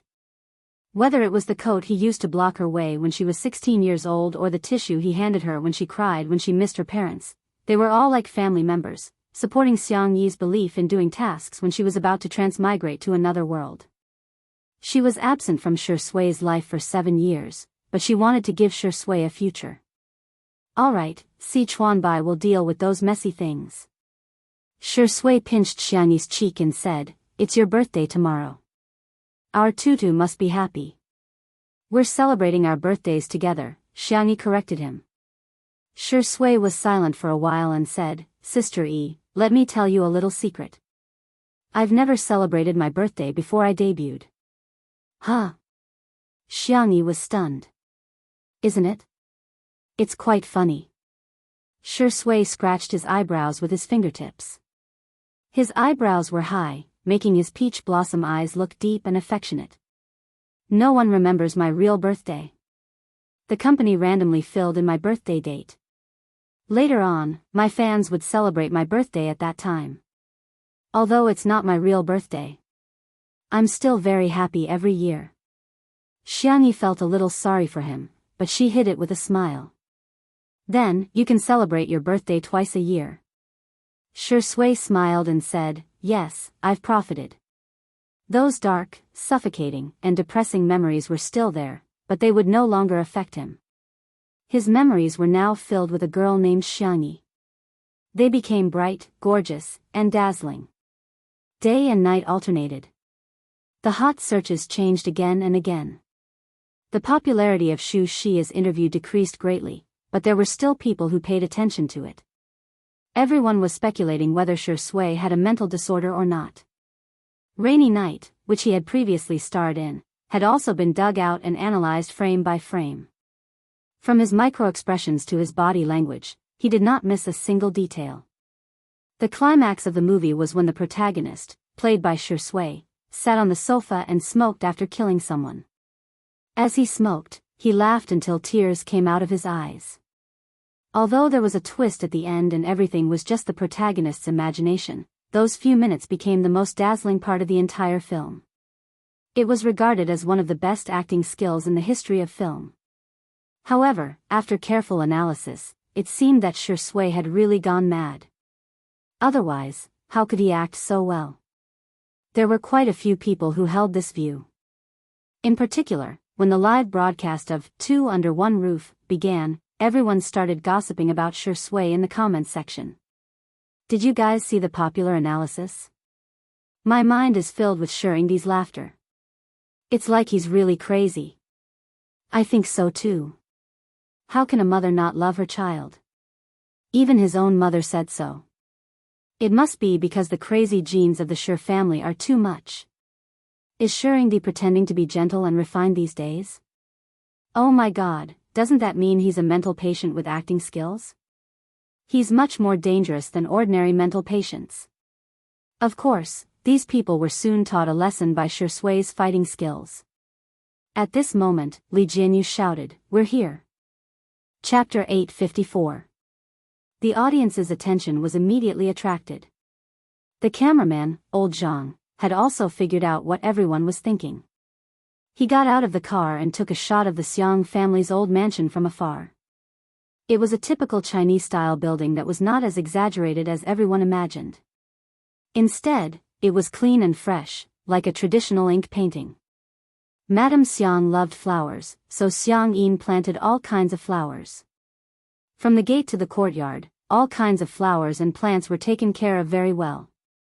Shui got out of the car and opened the door for Xiangyi. Xiang Yi jumped out of the car with light footsteps and casually picked a rose from the side, which she then pinned to Shui's ear with a smile.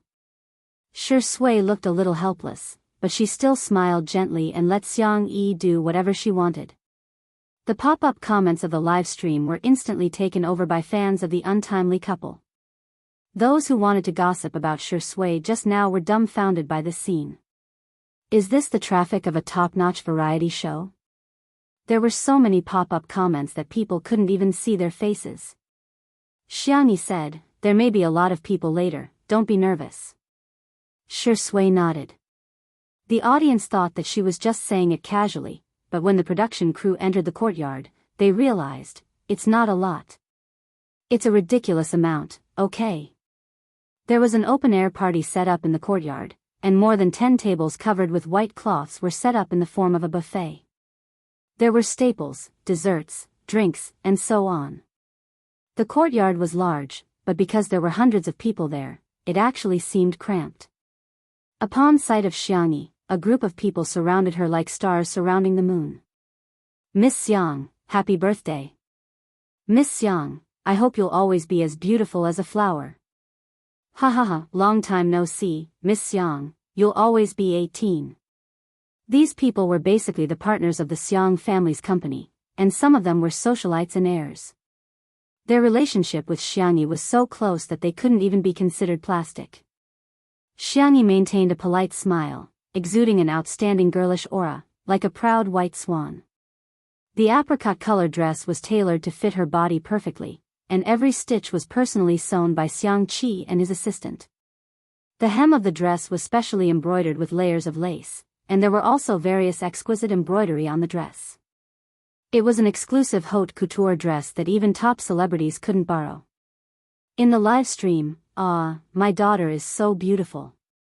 This set is amazing. Sister E really looks like the little princess. Her temperament is so good. Oh my god, is this Ms. Perfect's birthday party?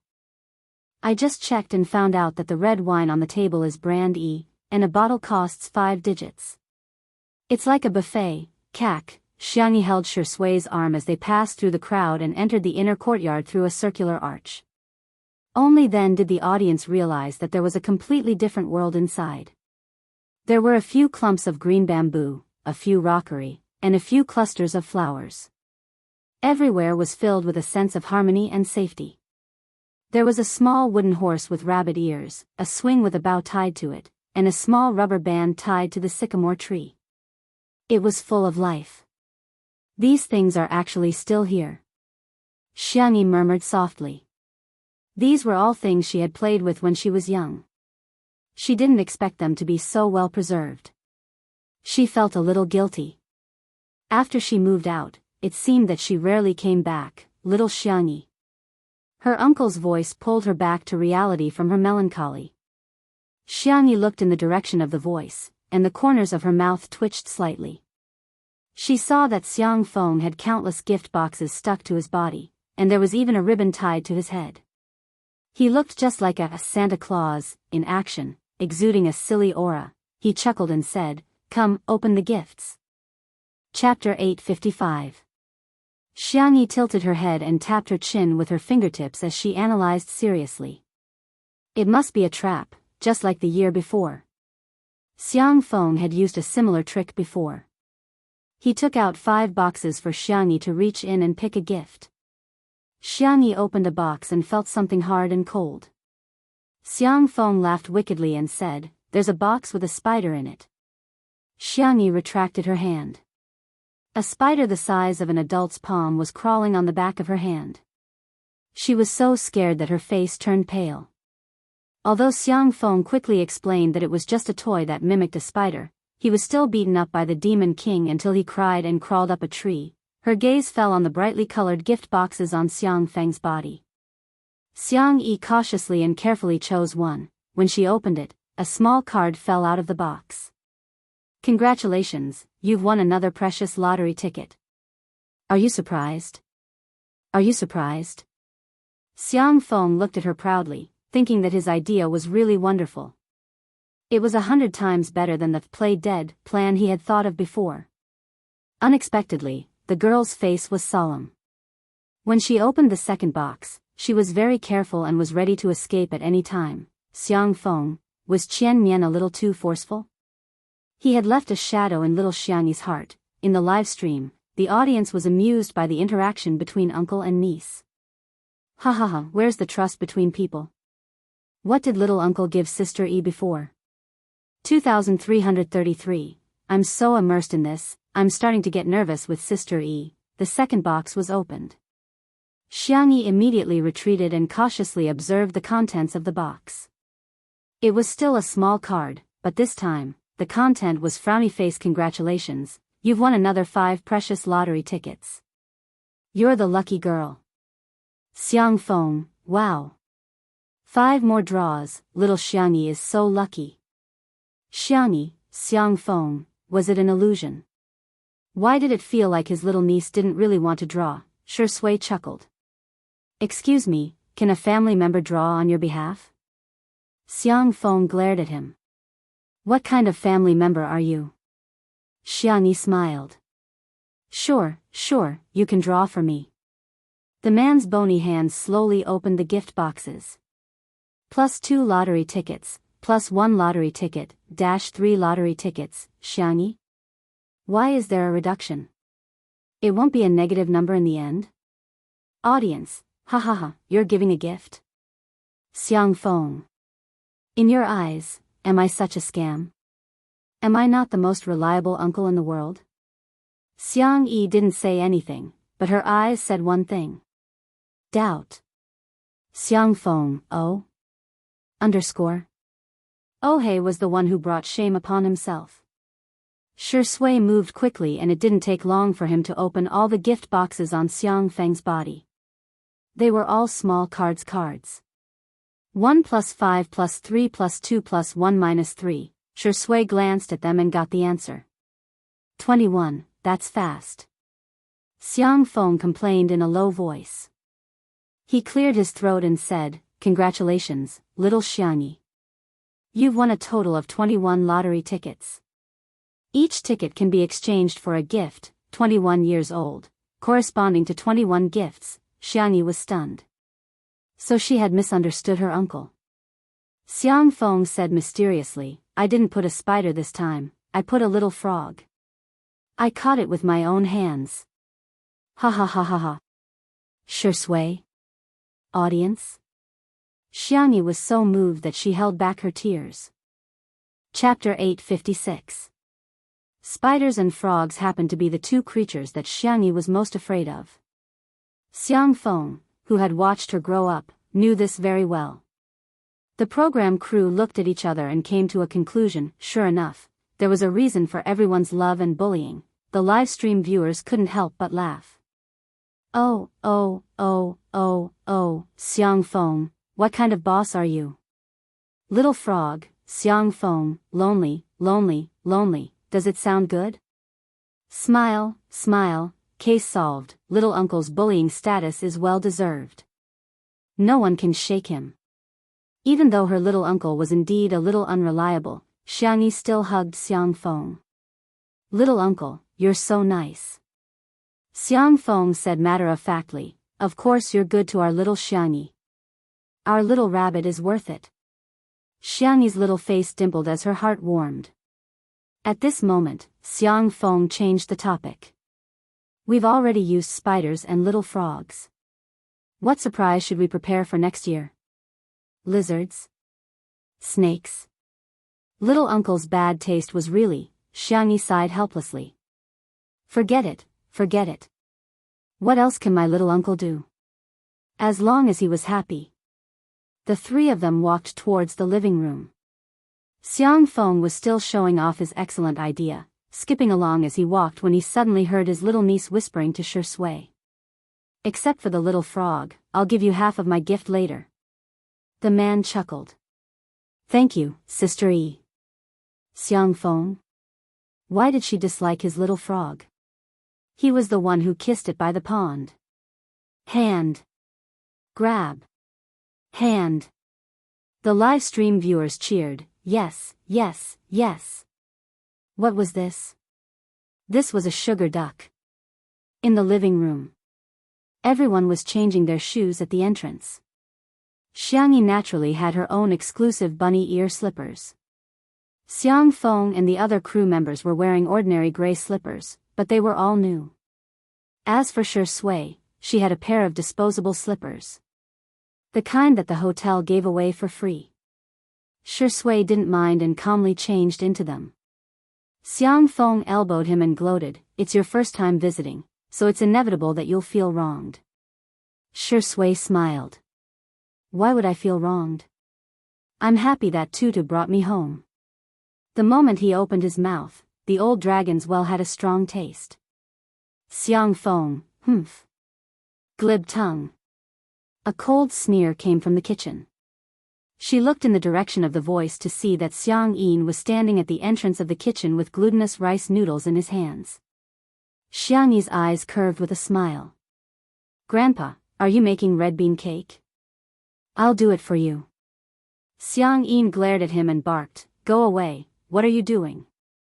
A new fan in the live stream did not understand the situation and typed on the public screen, "Is Sister E and Grandpa not on good terms? Grandpa is so fierce."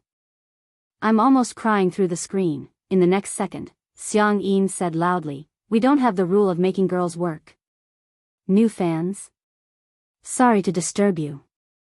The old fans replied calmly, "Young people, just get used to it, get used to it." Shi Sui naturally rolled up her sleeves and said, "Grandpa, let me do it." Xiang Yin sized her up from head to toe. Although he had already accepted her, he still said arrogantly, "You? Can you do it?" The viewers in the live stream were overjoyed and began to race to answer the question. I know how to answer this question. I suggest you all flood the screen with comments. Shi Sui, no. New fans? What? Aren't you all fans? Why are you so anti-fans? The anti-fans have been cornered by you. Chapter 857. Shi Sui didn't say much and simply entered the kitchen. She politely asked Xiang Yin a few questions and soon got the hang of it. A good-looking person would be pleasing to the eye no matter what he did. Shi Sui looked down and slowly pinched out red bean balls with her slender fingers. Xiang Yin could tell from her proficient posture that she must have done a lot of hard work. He humphed and started pinching the balls as well. Shi Sui deliberately slowed down her movements. Although she was a little slower than Xiang Yin, she wasn't so slow that she seemed clumsy. Seeing this, Xiang Yin smiled confidently. "Pushed, that's all there is to it." Xiang Yin said arrogantly, "Hey, you can't pinch the balls like that. Look at me, I have to do this so that I can pinch them quickly and beautifully." Shi Sui was very respectful and would humbly ask for advice from time to time. Her learning speed was neither fast nor slow, which fully satisfied Xiang Yin's desire to teach. Soon, Xiang Yin's hearty laughter came from the kitchen. Xiang Yi, who was in the living room, heaved a sigh of relief. Great. Her brothers were sitting opposite her, and when they saw her rejoicing, they were all a little displeased. My sister, whom I've doted on for so many years, has actually learned to chase after an outsider. Xiang Yu threw the gift into Xiang Yi's arms and said, "I bought it casually, you can throw it away if you don't like it." "I won't dislike a gift from you, brother," Xiang Yi said with a gentle and obedient smile. Even the most cold-hearted person would be moved by her. "It's so beautiful. I love it." Xiang Yu had given her a mechanical keyboard. Apart from the fact that the keyboard itself was a global limited edition, every keycap was personally designed, drawn, and colored by him. The aloof esports guru pressed down on his cap and said coolly, "Pushed, it's just a keyboard, what's there to be happy about? I just casually colored it and installed it. I didn't expect you to like it so much." Despite saying that, the corners of Xiang Yu's mouth couldn't help but curl up. The viewers of the live stream were appalled. "Smog, pay attention to your facial expressions, you're grinning from ear to ear. What a cute bunny pattern. You're telling me that you just casually drew it? One look and you can tell she put a lot of effort into this." Sameogu was amazing. He won the world championship with his hands and even painted a keycap for his sister. "Assemble the keyboard." Without waiting for the audience to finish lamenting, Xiang Qi directly pushed him aside and came over with a big box. He did not look like a mysterious and gloomy designer at all. Instead, he looked like a naive person. Sister, you're not allowed to like his gift. You have to like me first. Xianxia blinked her eyes. The desire to survive that had been cultivated since she was a child was not for show. She did not answer, but opened the box and changed the topic. Wow. So cute. Xianxia gave her a set of bunny dolls, and he even made dresses, shoes, hats, and bags for each of the dolls. If Xianxia wanted to play dress-up games, she could change the bunny plushies for an entire afternoon. Xianxia said unhappily, just wow. Xianxia took the hint. Wow. I've taught you for nothing. Xianxia crossed his arms, looking devilish and sinister, but the moment he opened his mouth, it made everyone's jaws drop. Yes, oh, there has to be a twist and a rise, okay? Xianxia, wow, oh, Xianxia, that's more like it. The audience in the live stream couldn't stop laughing. Sanmao Ji's childishness is confirmed. Hades, what kind of elementary school behavior is this? Ha ha ha, teaching your sister to say, wow, may be a little late, but it will definitely happen. Chapter 858. After Xianxia finished teaching, Xiangli handed his sister a paper bag and said in a warm and gentle voice, "Happy birthday, Tutu." Xianxia took it and opened it, only to find that there were various small bags inside, each of which had the name of a crop written on it. These are the super seeds developed by the Academy of Agricultural Sciences next door. I'm just offering them to you. Xianxia was speechless. I can plant seeds again. Happy. Thank you, second brother. I'll definitely record the growth process properly and send you feedback when the time comes. This was also a small contribution to the Academy of Agricultural Sciences. Xiangli patted her little head and said, as long as Tutu likes it, the data isn't important. Is there anything else you want to plant? Do you want seeds of flowers and plants? Sure, I want to make another glass greenhouse, adjust the temperature and humidity, and plant some tropical plants. By the way, I also want to raise birds. Brother, do you think it's better to raise pigeons or parrots? Pigeons. Xiangli smiled like a spring breeze. Don't you like to eat roasted pigeons? The viewers of the live stream, pigeons, you're despicable. You're craving my body. Pigeons are so cute, how can you treat them like this? Please send me one when you're done roasting them. Boo-hoo, Dr. Chu is so gentle. His knowledge and information density are far higher than that of ordinary people, but he's still willing to listen to Sister Yi's nonsense. He's so knowledgeable and gentle, I love him so much. After the three brothers gave their gifts, everyone's eyes converged on Xianxia. As always, he was dressed in a suit and leather shoes. His dark gray suit was neatly ironed, and his tie and cuffs were meticulously groomed. His temperament was like a cedar standing tall on a snowy mountain, cold and distant. He took out a card from his pocket and handed it to Xianxia with a calm expression, as if the gift was not worth mentioning. It's a small gift, accept it. Xiangfeng, who was at the side, exclaimed, Little Chen Chen, isn't this your salary card? Xianxia frowned and glanced at him coldly. Xiangfeng suddenly didn't dare to say anything. The audience. The live streaming room, which was already bustling with activity, was now in an uproar. I'm jealous, I'm a lemon essence, orange essence, grapefruit essence. Other girls' boyfriends won't let me down, and other girls' brothers won't let me down either. Crack crack crack, I've seen a husband hand over his salary card to his wife, but this is the first time I've seen an older brother hand over his salary card to his younger sister. This was what it meant to be loved by everyone. I'm so envious that I'm shedding tears. I want Sister E to roast a pigeon. Xianxia was stunned for a moment. Her first reaction was to decline. I can't accept this, Xianxia, what? Are you looking down on me?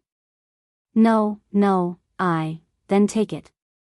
Before Xianxia could think of a reason to refuse, Xianxia had already placed the card into her small bag.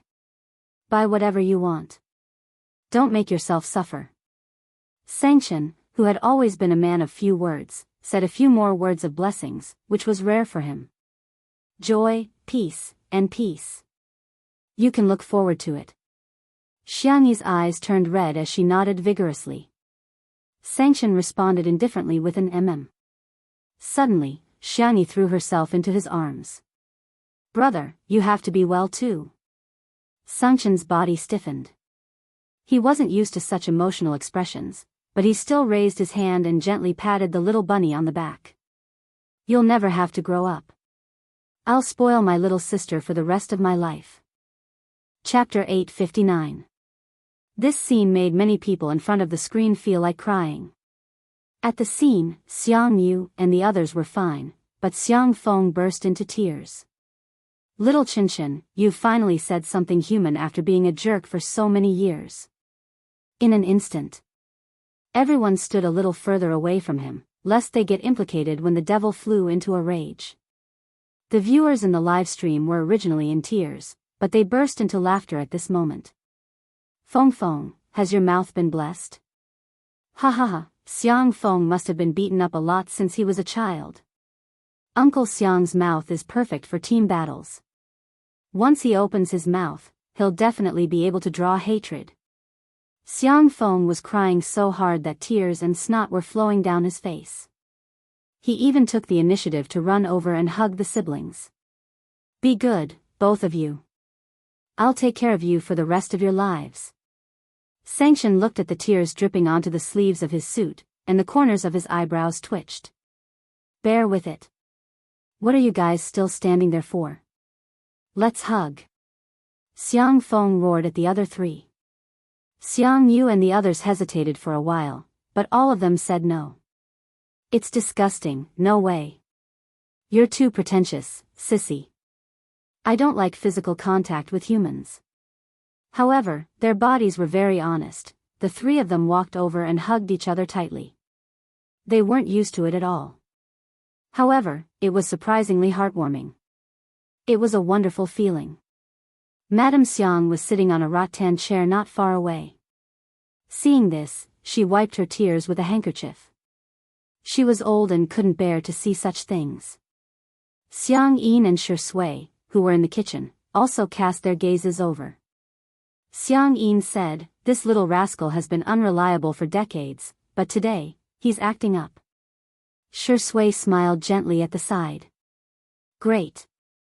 It's great that Xiang Yu is so happy. After the hug, everyone was a little uncomfortable.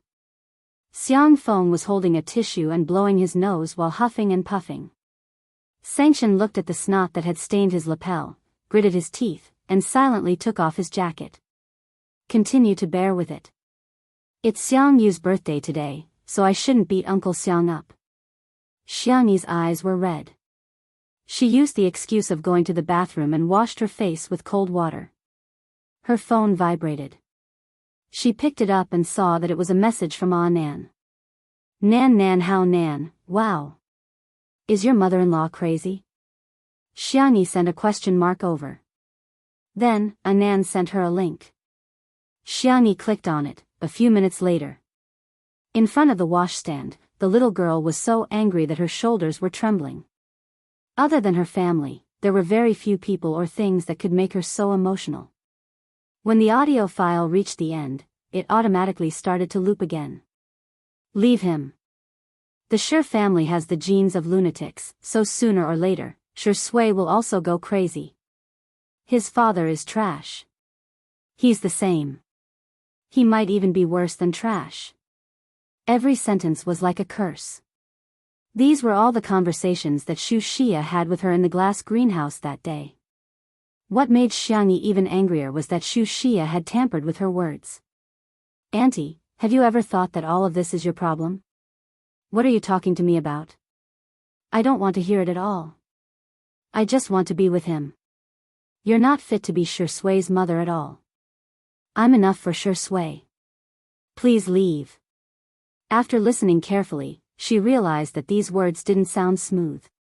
It wasn't difficult for Xiangyi to guess what kind of audio software was used. With a cold expression on her face, she dialed Xu Xia's number. Beep, the call was hung up. Chapter 860. Xianxia bit her lower lip. She couldn't figure out why Xu Xia would slander her own son. The person who hurt her was Father Shi. What was the point of venting her anger on Shui? Xianxia took a deep breath. She couldn't wait for Si Chuanbai to remove the trending topic, so she wrote a program to forcibly hide the entry. However, it was better to open it up. Hiding the entry could only control public opinion on the internet, but it couldn't solve the root of the problem. Xu Xia. The Xu family and the Xiang family lived in the same villa area. Xianxia planned to go directly to the Xu family to find the Xiang family. She didn't want others to know. Halfway through the window, she heard her little uncle's voice behind her. Little Xianxia, what are you doing? It's too dangerous. Come down quickly. Xianxia made a shushing gesture and lowered her voice. Little uncle, I'm going out for a while. I'll be back soon. Xiang Feng straightened his back and assumed the posture of an uncle. Where are you going? Xianxia hesitated for a few seconds and chose to be honest. That's about it. I'm going to the Xu family now. Xiang Feng, who had always been talkative, fell silent. Xianxia sensed that something was wrong and narrowed her eyes. Little uncle, do you know something? No, nothing. Xiang Feng waved his hand. The girl's eyes flickered and she decided to test him. Then I'll go. No, wait. Xiang Feng strode forward and grabbed Xianxia. Don't go see that woman. She's not normal at all. As soon as he said that, Xiang Feng felt that he had misspoken. He wanted to remedy it, but it was too late. Xianxia looked at him eagerly. Little uncle, tell me, okay? The Xiang family's ancestral pride couldn't resist Xianxia's coquettishness. Xiang Feng was no exception. He sighed. Sigh, let's talk outside. You go first. Xianxia did as she was told, and Xiang Feng followed her out. Behind the old mansion, the figures of uncle and niece appeared. Xiang Feng picked a small corner and looked around. After making sure that no one was around, he sighed and began to tell Xianxia about the dusty past. When Shi Yuan and Xu Xia got married, it was hard to describe it as a grand wedding. Everyone in South City was saying that the two of them were a match made in heaven. After their marriage, the two of them did spend some sweet time together. Soon, Shi Sui was born. Once, Shi Yuan discovered that his wife actually had dual personalities. On one side, she was a dignified and elegant young lady from a prestigious family. On the other side, she was a charming and enchanting bar dancer. I don't know exactly what happened, but Uncle Shi probably found out that Auntie Xu was fooling around with another man. Xiang Feng braced himself and explained, carefully choosing his words for fear of dirtying his little niece's ears. But this is a conflict between husband and wife. What does it have to do with Shi Sui? Xiang Feng sighed even more heavily. Auntie Xu didn't know that she had a split personality. Huh? After Xu Xia woke up, she did not have any memories of her second personality. She only found Shi Yuan's doubts baffling. Shi Yuan was also a stubborn person. He imprisoned her in the Shi family and invited a psychiatrist to treat her. Xu Xia had always been very resistant and refused to cooperate. Although the two of them quarreled, it was still manageable. At least on the surface, it was still acceptable. Until Shi Yuan discovered that Xu Xia had been secretly abusing Shi Sui for several years. Shi Sui was too young at that time. He thought that if he didn't say anything, his parents could still maintain a harmonious relationship. Chapter 861. Little did he know that it would become the fuse that intensified the conflict between Shi Yuan and Xu Xia. Xu Xia's condition worsened, and her two personalities frequently switched. Every time she switched, Shi Yuan would become more paranoid, to the point of morbidity, and his desire to control Xu Xia became stronger and stronger. Xu Xia's hatred accumulated day by day, and her mental state was extremely poor. In her eyes, everyone wanted to harm her. Her body and mind could not bear the negative energy, and Shi Yuan's existence limited all her outlets. Shi Sui's sentence, "Mommy, Daddy just loves you too much," was actually deliberately said for his father outside the door to hear. He wanted to create an illusion so that his father would not hurt his mother anymore. As for him, it was nothing to be hurt a little. Anyway, he would get used to the pain.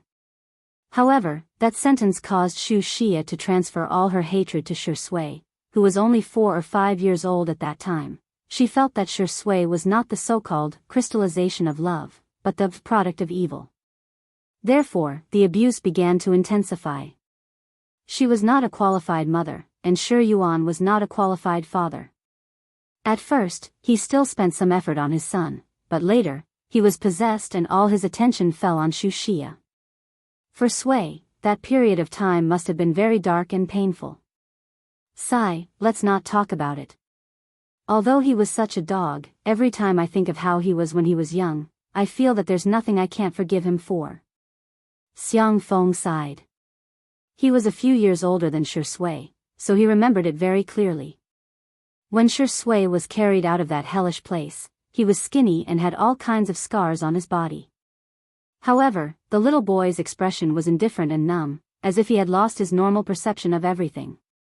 What made Xiang Feng the most uncomfortable was when he saw Shi Sui subconsciously cover his eyes with his hand when he came into contact with the sunlight. He couldn't help but wonder if it was because he was always hiding in the dark that he was afraid of seeing the light. Xiangyi listened in a daze. Her eyelashes trembled slightly and were stained with moisture.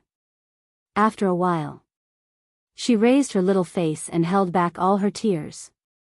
Now was not the time to be pretentious. Instead, it was when he was protecting Shi Sui. Xiang Feng saw that her expression had changed from sad to calm, and for a moment, he was a little nervous. Rabbit, don't think I'm pedantic, but this isn't suitable for you, you know? No matter what, Auntie Shu is still your elder. It's not good for you to go to the Shu family and make a scene. Xiangyi said indifferently, there's no need to go. Xiang Feng breathed a sigh of relief. It's fine as long as you don't go. I'm just afraid that Sui Sui will hold a grudge against you. He suddenly reacted. What are you going to do? Xiangyi shook her phone.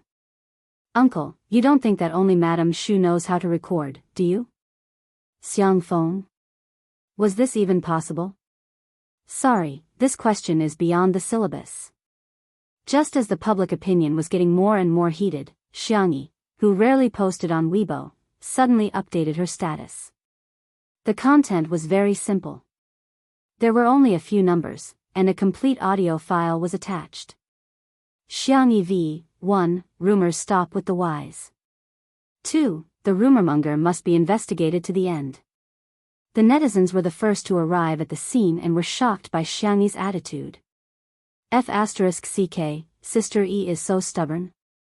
When they clicked on the recording, everyone realized that the content was completely different from the version that had been circulating before.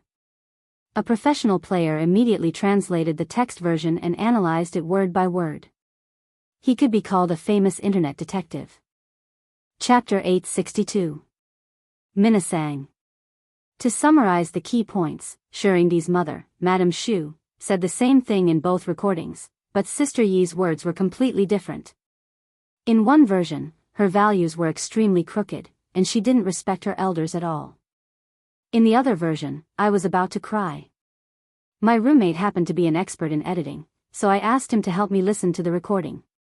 He said that the version that Sister E posted was the real conversation.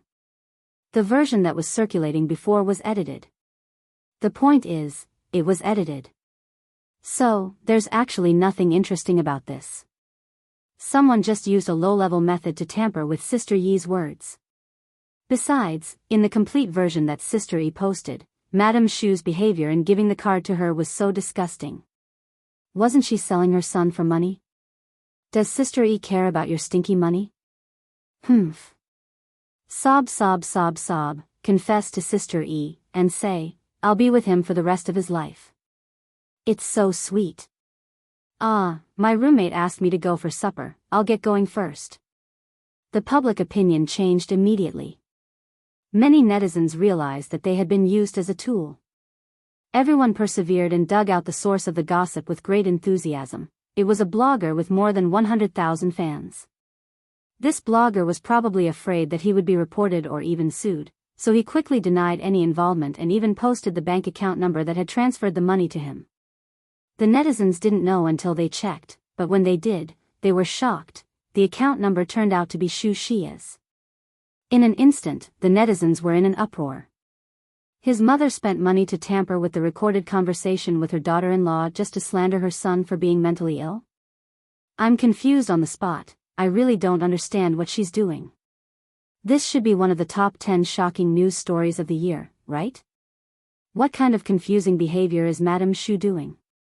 Forgive me for being blunt, but although Madame Xu keeps saying that Shui has the genes of a lunatic, I think the one who's mentally ill is Madame Xu. The viewers in the live stream were a little late, but after they saw it, they were still dumbfounded. This. Some netizens wanted to type in the comments section, but they hesitated. Especially those who had called Shui a lunatic. They were too embarrassed to say anything and could only pretend to be dead. The Shui sisters, on the other hand, wept with joy. Sister E is awesome. I won't say anything else. From now on, Spicy Tutu is my half-sister. I agree to this marriage. Sister E, when are you going to marry our Shuringdi? Or even our Shuringdi could marry you. We don't mind him being a gigolo, really. The live broadcast room was filled with joy and happiness. Old residence, balcony. Shui received a call from Si Chuanbai and roughly understood the situation. He was being protected by the little rabbit again. Shui didn't have the inexplicable chauvinism of some men and didn't think it was shameful. On the contrary, he felt very happy. She had never experienced such happiness in her life. He took out a velvet box from his pocket, his eyes deep and gentle. Would she agree? All of a sudden, two familiar figures entered his ears. The uncle and niece, who had mastered their tree-climbing skills, easily climbed over the wall of the courtyard. Little uncle, do you think I'll scare Shui if I propose to him? Will he say yes to my request? Should I bow or kneel down? The girl's soft and gentle voice entered his ears, causing him to feel a little itchy. His heartbeat became erratic. The following words are not charged. Ha ha ha, Nuanyuan is going to celebrate the new year. There might not be any new chapters later. If there aren't any, I'll make up for it tomorrow night. Thank you for being with me for the past year. This year, Nuanyuan is writing novels, learning novels, and Ganfan. Ganfan is not bad at all. I hope that in 2021, we can continue to grow and become outstanding together. Everyone. New year. Fast. Happy. Chapter 863. The girl's soft and gentle voice entered his ears, causing him to feel a slight itch. His heartbeat became erratic. It turned out that there was really such a person in this world who could easily affect his heartbeat. The conversation between the uncle and niece continued. Xiang Feng asked, "What did you say? You want to propose to Shui?" No.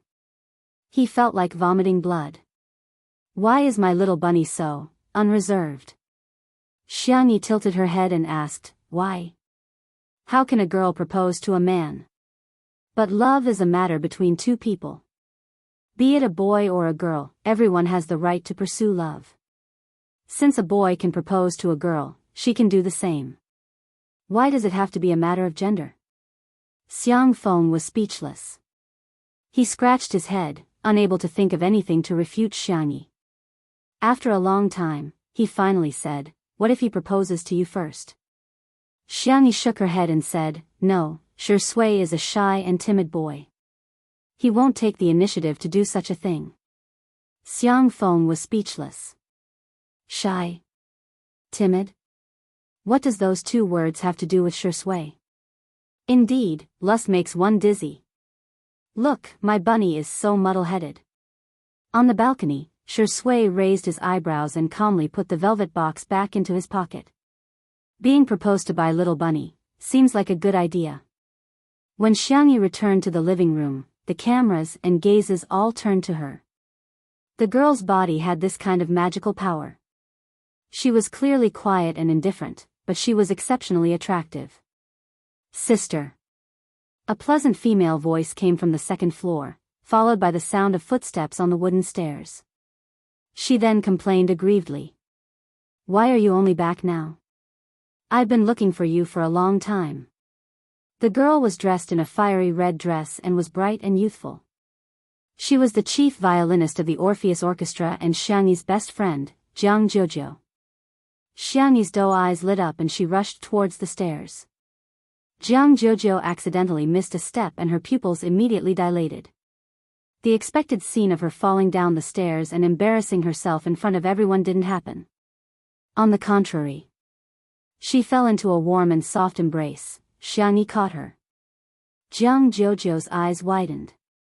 This scene instantly ignited the nerves of the live stream viewers. Countless cult fans who had drunk Yi Jiu's wine before came out one after another. Grandma, your CP is finally open for business. I don't care, Jojo is the main palace. Shuringdi is at most a favored concubine. Sob, I want to fall into Sister Yi's arms too. I want Sister Yi to pick me up and gently put me on the ground. In front of the stairs, Jiang Jojo's fair face was flushed and she didn't even know where to put her hands. Yi's hug, the arrogant and domineering young miss revealed her shy side at this moment. Are you alright? Xianxi asked gently. When Jiang Jojo heard her, the violinist's ears turned red and she stammered, yes. Xianxi blinked, thinking that Jiang Jojo was frightened. Hence, she rubbed Jiang Jojo's head. The sudden head touching made Jiang Jojo feel like steam was about to rise from the top of her head. Yi is coaxing me, she must be treating me as her best sister, I'm the person who has the best relationship with Yi in this world. That dog of a sure sway is nothing. Oh, degree oh. Chapter 864. With Jiang Jojo's arrival, Xianxi was obviously overjoyed as she smiled more often. The two girls had endless things to talk about as they leaned their heads together and chatted about each other's recent situation. They even ignored the fact that they were on a live stream. However, the viewers of the live stream didn't find it boring at all. Instead, they found their conversation very interesting. Why is Yi Jiu so cute? This is how I look when I meet my best friend. We chat on WeChat every day but we still have a lot to talk about when we meet, haha. I feel like Sister Yi is really different when she's with Jojo. She's much calmer and more mature when Jojo is not around, but she becomes girlier when Jojo is around. Seeing that the two girls were getting along harmoniously, the members of the Xiang family were very heartened. Tutu has friends. That's great. When Xiangxi was in school, she rarely mentioned her classmates and friends. They were once worried that Xiangxi might have been bullied in school. Hence, the Xiang family even secretly sent someone to investigate. The answer was that Xiangxi was not isolated, but for some reason, she had many acquaintances but almost no true friends. The Xiang family was most worried that Tutu would be too lonely. By the way, Fu Jiayan is coming later too. He sent me a message, let me see what kind of silly message he sent. Jiang Jojo took out her cell phone and shared her chat history with Fu Jiayan in front of Xiangxi without hesitation. Little Fu tomorrow, Rich, I'm going. Little Fu tomorrow, Rich, I'm almost there. Little Fu tomorrow, Rich, sob, I knocked it. Jiang Jojo asked excitedly, what did you knock it on? Did the couple I told you about sprinkle sugar on you again? Xiangxi's eyes were also full of anticipation. Fu Jiayan sent a voice message over. I knocked my knee QAQ. Jiang Jojo couldn't help but roll her eyes. The viewers of the live stream burst into laughter. Turns out it's not that. Ignore him. Jiang Jojo pursed her lips and continued, why does he have so much nonsense to say every day? Here, this is my gift to you. I just casually prepared it. I didn't prepare it carefully. The young lady handed a gift box to Xiangxi. It was a beautiful champagne-colored ribbon with a greeting card and a small bouquet of baby's breath.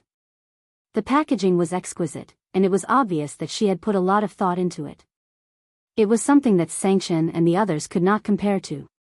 Only designer Xianxia could barely put up a fight. Then I'll tear it down. Open it. But let me say this first. If you don't like it, you can't return it. Xianxia chuckled. Her slender and soft little hands gently untied the ribbon tied into a bow. In the velvet gift box, there was a delicate bracelet. The thin bracelet was connected by crescent-shaped white mother-of-pearl shells. Each crescent was inlaid with a ring of diamonds. It was the type of jewelry that would make a girl's heart flutter at first glance. Take a good look. Xianxi's eyes were curved like crescent moons. Noticing the star bracelet on Jiang Jiujiu's wrist, she asked, "Are we sisters?" Jiang Jiujiu avoided her gaze and pouted. "I just accidentally bought something of the same series. If you don't mind, you can wear it as sisters." I can reluctantly agree. Xianxia extended her hand in front of her and said, "Help me put it on then." The corners of Jiang Jiujiu's lips curled up, but she still insisted. "I just bought it casually. I definitely didn't choose it carefully. Anyway, you're not allowed to dislike it." Humph. Chapter 865. In the live stream, shocking. The Xiang family has been known to be proud and arrogant for generations.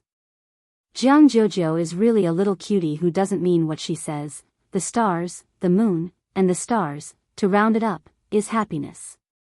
"I don't care, I got it anyway." Ha ha ha, the person in front is awesome. However, when the camera panned to Shui, who had returned to the kitchen, the comments changed abruptly. Most of them felt sorry for Shui, but there were also a few who resented Xianxia. They're separated by a door. One is happy while the other is bearing with the pain. Does her conscience really not hurt? She just posted on Weibo to defend Shui and now she's only talking to Jiang Jiujiu. I wonder if Xianxia is putting on a show for others. No matter what the reason is, anyone would be upset to be criticized by their own mother in front of the entire internet. Xianxia, why can't you coax Shui? You're heartless. In particular, when the butler arranged for the servants to take out a large pile of parcels, everyone's resentment instantly increased. "Miss E, these are the parcels that have been sent to you one after another in the past 2 days. Because they've all been specially marked as birthday gifts, I've kept them together and am giving them to you today."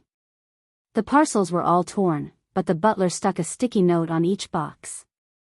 Xianxia saw many familiar names: Yan Nai, Jiang Chen, and the other members of C7, Yin Zhengxue, Xinguang, Zhong Yi, the players of Team Logic, and the Taoist masters of the major Taoist temples. Although they couldn't come in person, they had all prepared a token of appreciation for Xianxia. Birthdays were meant to be celebrated in the first place. However, in the eyes of some people, the better Xianxia was living now, the more upset they would be. It's just a birthday celebration, must they make such a big fuss? Extravagant. She has the cheek to accept gifts. I'm speechless. Shui is so pitiful. He should marry a virtuous wife. If his wife is not virtuous, his family is not upright. How can he marry a woman like Xianxia? Is he marrying her as a nanny or an ancestor? There were all sorts of strange discussions. No one could understand why there would be such dark thoughts in the world. Jiang Jiujiu opened the Xingqian app in a bid to watch the replay of the live stream. She took dozens of screenshots and edited them for her screensaver. Who would have thought that all he could see were unsightly remarks? She was so angry that she was trembling. She typed furiously to argue with the other party. Xianxia noticed her abnormal mood and sat down beside her. "What's wrong? Look at these people. They were too bored. Could it be that they couldn't bear to see others doing well? All of you are so jealous." Xianxia frowned as she looked at the comments that were flooding in. This made those jealous people even more excited. It turned out that a casual sentence from them could really affect a celebrity's mood. On what basis? Why was she living such a good life? He was just reincarnated into a good family. What's so great about that? Xianxia narrowed her eyes and looked at the bullet screen for about 10 seconds. She didn't care about the comments that mocked her, but she did care about the comments that said Shui didn't have a gift. She raised her head and asked the butler calmly, "Have the things I bought arrived?" The butler answered respectfully, "Are they the express deliveries that you asked for? I've saved them separately. Do you want me to bring them over now?" "Yes." Xianxia got up and walked into the kitchen. She tugged at Shui's sleeve and said with a smile, "Boyfriend, come out and receive the gift." Chapter 866. There was a moment of silence in the live stream where the bullet screen was flooded with comments. What? Did they hear it wrong? Today was Xiangyi's birthday. Why would she ask Shui to accept gifts? The Shui sisters couldn't help but cheer. Ah, so Sister Yi wasn't joking when she said she would give half of the gifts to Shui. Is it true? Her words enlightened everyone. No way, right? It turned out that she was. Shui followed Xiangyi to the living room in confusion. The butler had already laid out the gift boxes, big and small. There were even more gifts than Xiangyi had received. Xiangyi said a little embarrassedly, "It might be a little too little." "Don't mind, 2/3 of it is still on the way." The audience? Everyone at the scene? Shui couldn't help but laugh. Why did you buy so many? As long as Sister Yi gives me a gift, I'll be very happy. Xiangyi looked straight at him without blinking. Her gaze was gentle, and her tone was firm. "These are for your birthday. If you don't mind, my birthday will be your birthday from now on. The birthday on your profile will also be your birthday.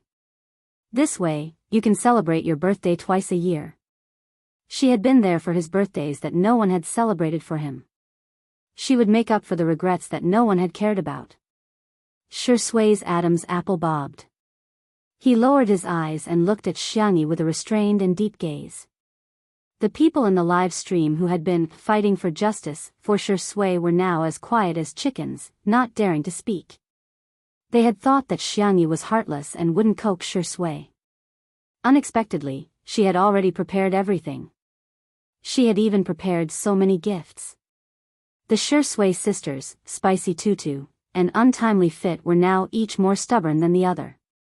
"I'm just asking you guys, does your face hurt?" That one sentence killed everyone in an instant. Those people either left the live stream dejectedly or pretended that they hadn't posted anything. In the living room, Xiangyi took a deep breath. She was so nervous that her heart was pounding. Her cherry lips opened slightly. "Shui, I have something to tell you." Her lips were sealed by the man's large palm. It was warm to the touch and slightly rough. She looked at the man in front of her in confusion. Shui was also looking at her. The usual laziness on his handsome face was gone, replaced by gentleness and seriousness. His voice was extremely low, revealing a hint of affection. "There are some things that a man should take the initiative." Xiangyi stared blankly for a moment before she suddenly realized something. He couldn't have heard it, right? Shui was dressed in a formal suit today. He took off his suit jacket, revealing a clean white shirt underneath, which was tucked into his black trousers elegantly. His voice was low and magnetic. "Xiangyi, I used to have a lot of dark and unbearable thoughts. I had never thought of climbing out of that abyss because I felt that even if I did, there wouldn't be a single ray of light. But one day, I suddenly changed my mind. I met my light. I met a gentleness that I had never met before in my life. I also met a stroke of luck that I had never met before in my life. She is the one and only girl in this world. She is the secret that I have hidden in my heart for many years. She is my yearning for all the good things in my heart. I want to protect my light. I want her to shine forever." The man knelt down on one knee and looked up at Xiangyi with a smile on his face. He was as pious as a believer praying to God. "Marry me, will you?" Chapter 867. Patter. Shui opened the velvet box that she had prepared beforehand. After opening it, the diamond ring inside shone brightly. It was an extremely simple design, but the design was ingenious and unique. A circle of fine diamonds surrounded the moon, with the water droplet-shaped pink diamond in the middle like a lover's heart. The moment Shui knelt down on one knee, the live stream of Two Under One Roof exploded. When the man's deep and gentle voice said, "Marry me, okay?" the comments in the comments section set a new record since the start of the show. Wow, wow, wow, wow. I declare you officially husband and wife, and send you to the bridal chamber. He's done it, he's done it. Xianxia is too good today. Since you've already proposed, it's time for the wedding, right? It was time to pick a place for their honeymoon, right? It's time to prepare for the baby's 1-month-old celebration, right? At this moment, even the audience, who didn't usually fall for the untimely couple, couldn't stop laughing. Ayaya, the past 2 months of live streaming were not in vain. These two children had finally come to fruition. The camera panned across the faces of the Xiang family. Xiang Yin humphed and pinched the dumpling in his hand angrily. Madame Xiang wiped her tears with a handkerchief, but there was a gratified smile on her face. Xianxia was as cold and distant as ever.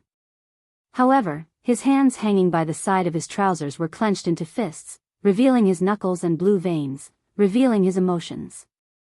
Xiangli had a warm smile on his face like a spring breeze. He only raised his hand to push up his glasses. His black eyes behind the lenses flashed with a dark light, as if he was preparing to plot something. Xiang Qi was so anxious that he was jumping up and down. Xiang Yu pressed down on his cap while Jiang Jojo pouted in displeasure. As for Xiang Feng, he was so moved that he cried and kept muttering, "Promise him, promise him." The netizens jokingly called him an elite player on the front line, a true portrayal of the majority of CP fans. It felt like a few seconds had passed, but it also felt like an eternity. When the camera finally returned to Xiangyi's face, the netizens were all nervous, waiting for the girl's response. Xiangyi's reaction was slower than everyone had imagined. The girl was at a loss and subconsciously blurted out, "You proposed first, so can I still propose to you?" Poof. Whether it was the audience or the live stream, everyone couldn't help but laugh. How could she be so cute? To everyone's surprise, Shui's answer was, Shui smiled and said, "If Tutu wants to, it's not impossible." Everyone. The live stream audience. Listen, is this something a human would say? A dog, and it was Xiangyi's dog. She could not be more flirtatious. Xiangyi considered it seriously for a few seconds. Then, "I want to propose too."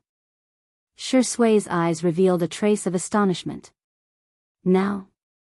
"Yes." Xiangyi nodded vigorously. She looked down at Shui, but there was no arrogance in her eyes. Instead, she was full of sincerity. 16 years old. Love at first sight. 17 years old, always chasing after that person. 18 years old. I secretly checked the legal age for marriage. 19 years old. I dreamed that I would spend the rest of my life with him.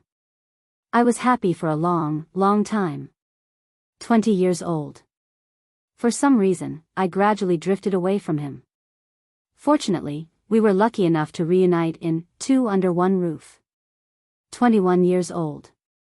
The person I liked became my boyfriend. He is also my light. Xiangyi paused, and the girl's cheeks dimpled. His name is Shui. Hello, Shui. Are you going to marry me? Chapter 868. In the live stream, the audience was dumbfounded. Oh my god. Sister E actually proposed to him. What kind of crazy plot is this? Even the script of a movie wouldn't dare to do this. Ah. It's a double arrow. It's a double arrow of love. I believe in love again. Tie it, tie it, tie it. I'm going to burst into tears, lock it up for untimely. Forever and ever. Shui's peach blossom-shaped eyes were no longer sharp and vicious. Instead, they were filled with deep affection and tenderness that made one unable to extricate themselves from it. He said, "I'm willing." Xiangyi said with a smile, "I'm willing too." Mutual proposal, mutual consent.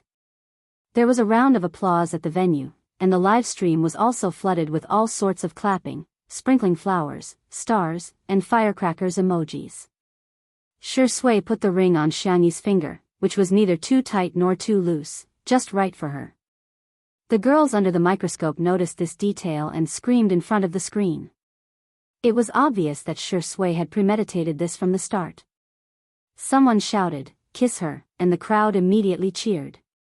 Xiang Yin and the brothers of the Xiang family turned sullen. Because Xiang Yi liked him, they could reluctantly accept Shui. However, the thought of this dog of a man acting intimately with Xiang Yi made them extremely displeased. They wanted to beat him up for holding her hand. If he dared to kiss her, they would break his legs. Fortunately, Shui took the psychological feelings of the Xiang family into consideration and merely pecked Xiang Yi's fair forehead lightly.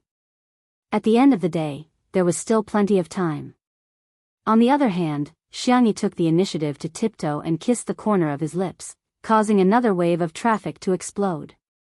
The number of online viewers in the live stream rose again, and even seemed to be breaking through 30 million. At this point, Xiang Yi's status and popularity in the livestream variety show industry was unshakable. Xiang Yin was so infuriated that he was fuming with anger while the brothers of the Xiang family looked increasingly sullen. Xianxia, the great devil, immediately grabbed his sister and pulled her to his side. He said coldly, "What did I teach you? Have you forgotten all about it? You're not allowed to date at such a young age." Xiangyi cringed and continued, "But I like him too much," Xianxia sighed. In front of others, he was a terrifying demon king, but in front of his sister, he doted on her unbelievably. "You can like him." In the next second, Xianxia said with a straight face. "But no matter what, in this world, the person you like the most must be yourself."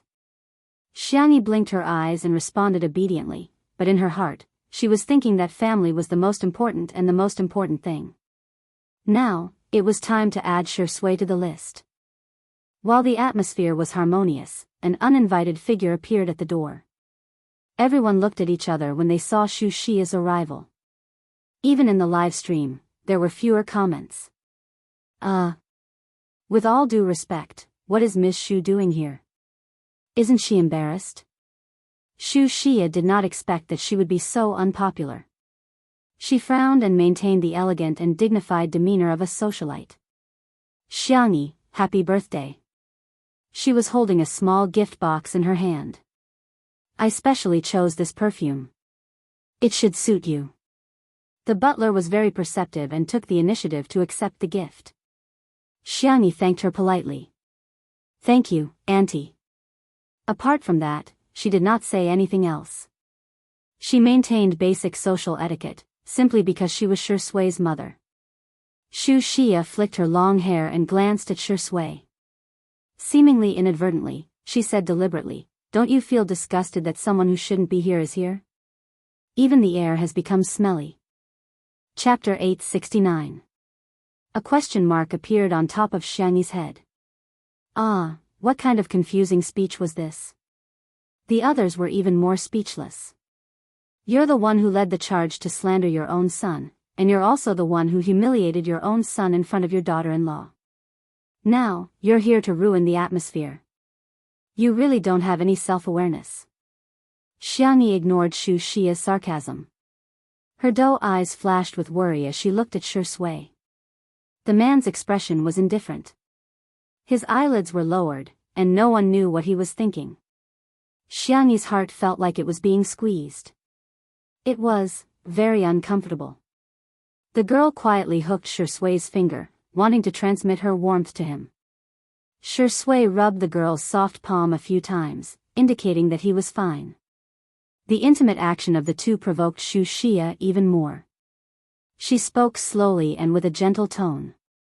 At first glance, it didn't sound aggressive, but in fact, every word and sentence was extremely mean when one thought about it carefully. "Xiangyi, I'm telling you this because I'm your mother's good friend. With the Xiang family backing you up, it's okay even if your taste in men is a little bad. But you can't be completely without a bottom line. At the very least, you have to choose a normal person. If you choose a lunatic, what if he goes crazy in the future? Genes are very important, you have to think carefully. Don't mind Auntie's nagging, I'm doing this for your own good. Xiangyi had never liked to scold her elders, but today, she made an exception. The girl put on a fake smile. Auntie, are you really doing this for my own good, or do you just hate to see Shui do well? Xu Xia asked knowingly, who is Shui? This sentence completely angered Xiangyi. Madam Xu, I can understand that you don't like Uncle Shi, but that's between you and Uncle Shi. Why do you have to involve Shui? What kind of heinous things did he do to make you hate him so much? People who rarely lost their temper were scarier than ordinary people when they did. Even Xu Xia was shocked by Xiangyi's reaction. The girl's aura was so strong that it made her scalp tingle. However, the viewers in the live stream were exclaiming, "What the F***, CK, Sister E is going against her future mother-in-law? Once Tudu shows her power, Sister E becomes Brother E. My brother E is ruthless and doesn't say much." But when she came back to her senses, Xu Xia was embarrassed and angry. She was actually scolded by a little girl. What do you know? Xu Xia wanted to give an example of Shui's heinous crimes, but she suddenly stopped. Her beautiful eyes were filled with confusion. It seemed that Shui hadn't done anything. But why did she hate Shui so much? Why did she hate Shui so much? Do you really hate Shui? Or is it because you have nowhere to vent your hatred onto him? Xiangyi asked indifferently. Everyone looked at Xu Xia. Her face suddenly turned pale and her head throbbed with pain. Xu Xia didn't admit that she had dual personality disorder. She often refused to take the medicine prescribed by Dr. Gu, so she would act up from time to time. Of course, she didn't think that she was sick. She just felt unwell. I. Xu Xia stuttered for a long time and couldn't say a word. Instead, cold sweat kept dripping down. Her hands trembled as she fumbled for a bottle of medicine in her bag. But because her hands were shaking too much, the medicine bottle fell to the ground and rolled all the way to Shui's feet. The label on the bottle was transmitted to countless people's screens through the live stream. Chapter 870. Shui bent his knees and immediately picked up the bottle of medicine with his slender fingers. He even deliberately pressed the side of the label against his palm. However, Xu Xia's emotions were quite unstable as she shrieked, "Don't touch my things." Shui paused in his actions. A moment later, he handed the bottle of medicine to Xiangyi and said in a hoarse voice, "Give it to her for me." Okay. Xiangyi went to return the medicine expressionlessly, but Xu Xia slapped the bottle away. He touched it. "It's dirty, I don't want it." Not only was Xiangyi angry, even Xiang Yin, who used to dislike Shui the most, couldn't help but stand up and speak up for him. "Xia, you're already an adult, why are you still angry with a child? Outsiders may not know about what happened back then, but we still remember it. We know that you're angry and Shi Yuan is indeed a jerk. He doesn't deserve our sympathy at all for ending up in such a state. But what did Shui do wrong? Huh? He's so young, but he was beaten up badly by Shi Yuan in order to protect you. What about you? You even secretly abused him." Madame Xiang adjusted her shawl and was much more dignified and elegant than Xu Xia. "Xia, you have to see a doctor for your physical illness, and it's the same for your mental illness. Don't be stubborn and let Shui off. He has never owed you anything." Xiang Yin's words caused an uproar in the live stream. Abuse? Didn't Xu Xia keep saying that the Shi family has crazy genes? Why is she behaving so strangely? At this moment, a large group of famous detectives appeared. "I've learned a little about psychology. To be honest, I think Xu Xia has a serious psychological problem. The symptoms of sudden temper tantrums are very similar to manic episodes. During episodes, the patient may have memory disorders, behavior disorders, and a loss of self-awareness." Friends. I quickly took a screenshot and used the translation software to flip through the label on the medicine bottle. Guess what medicine it is? Stop keeping us in suspense, hurry up and tell us. I'm guessing it's for mental illness, that's right. It's for treating mental illnesses. I just showed it to my colleague in the psychiatry department. She said that the medicine is prescribed for patients with severe bipolar disorder. Oh my God, I feel like I've eaten a big melon. Everyone was dumbfounded by what they saw. So, the one who was really sick was actually Xianxia. However, she kept saying that Shui had the crazy genes of the Shi family. It was too ironic. Xianxia had no idea that she had been exposed by the netizens. Her eyes were red as she looked at Shui with hatred. Shui slowly walked up to her. He was no longer the little boy he used to be. Now, he was even taller than Xianxia, who was wearing high heels. What are you doing? Xianxia asked cautiously. Stay away from me. Scram. Shui's expression was calm and his voice was calm. I've never hated you. This one sentence made the hysterical Xianxia quiet down. It doesn't matter if you hate me. Shui smirked self-deprecatingly.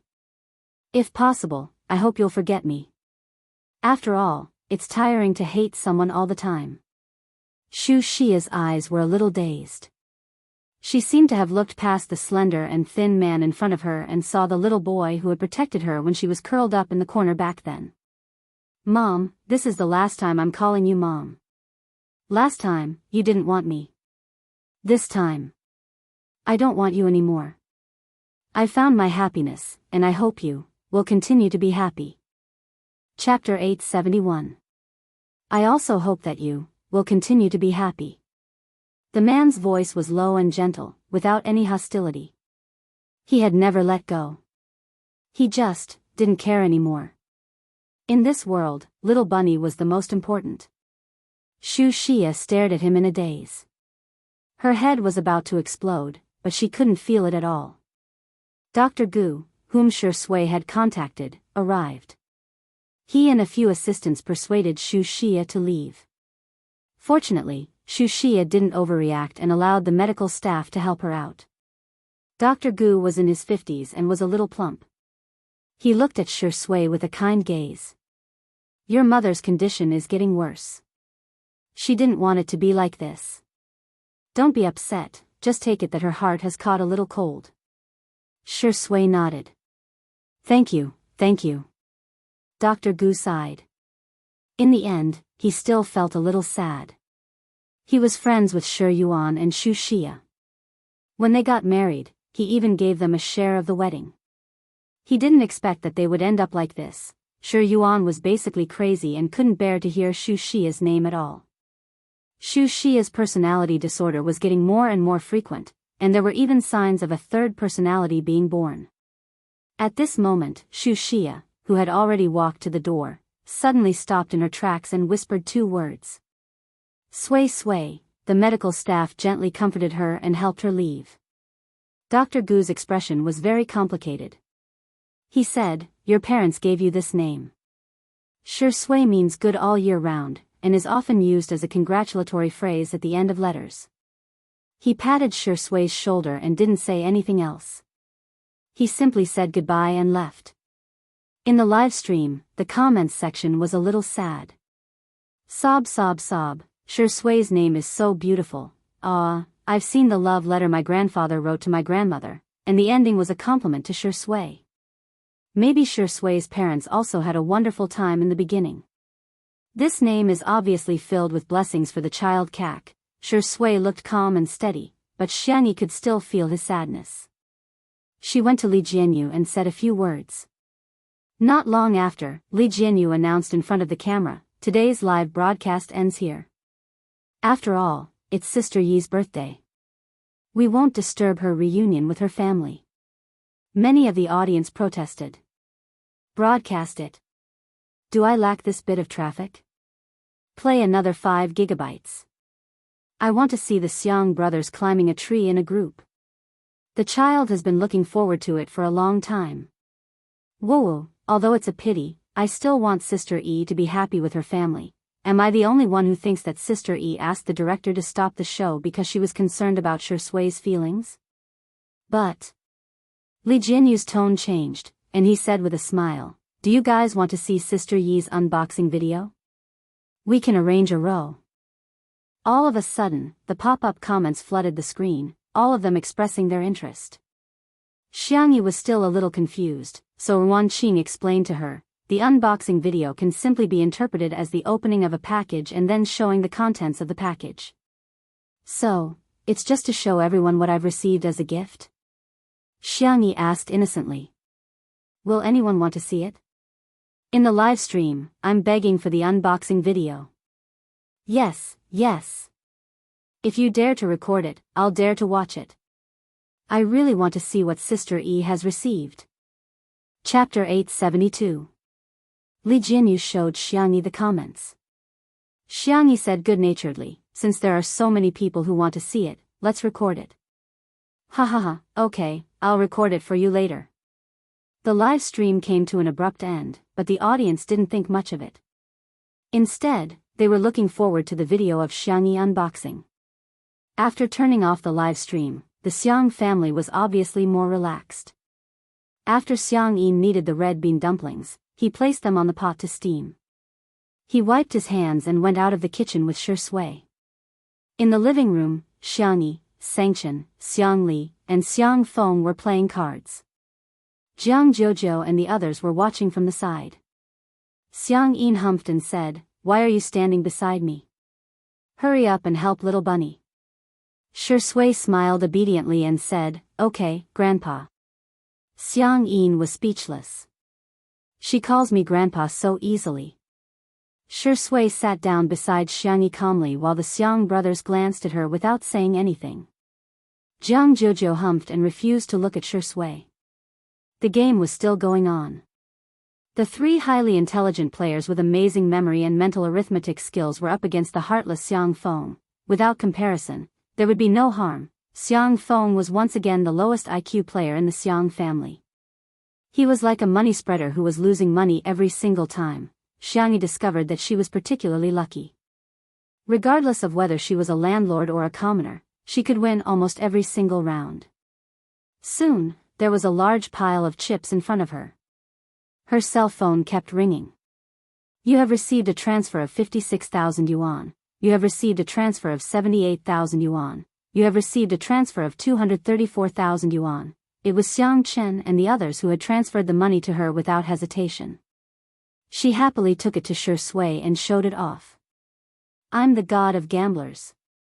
Shui smiled and didn't expose the fact that Xiangchen and the others had deliberately lost to her. Xiangyi lowered her head and tapped on her cell phone a few times. A moment later, Shui's phone vibrated.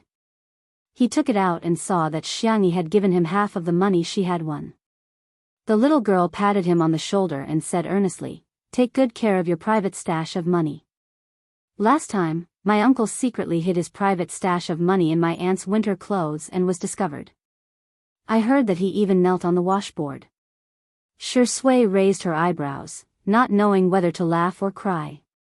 Other families didn't collect their private savings, but his little rabbit was different.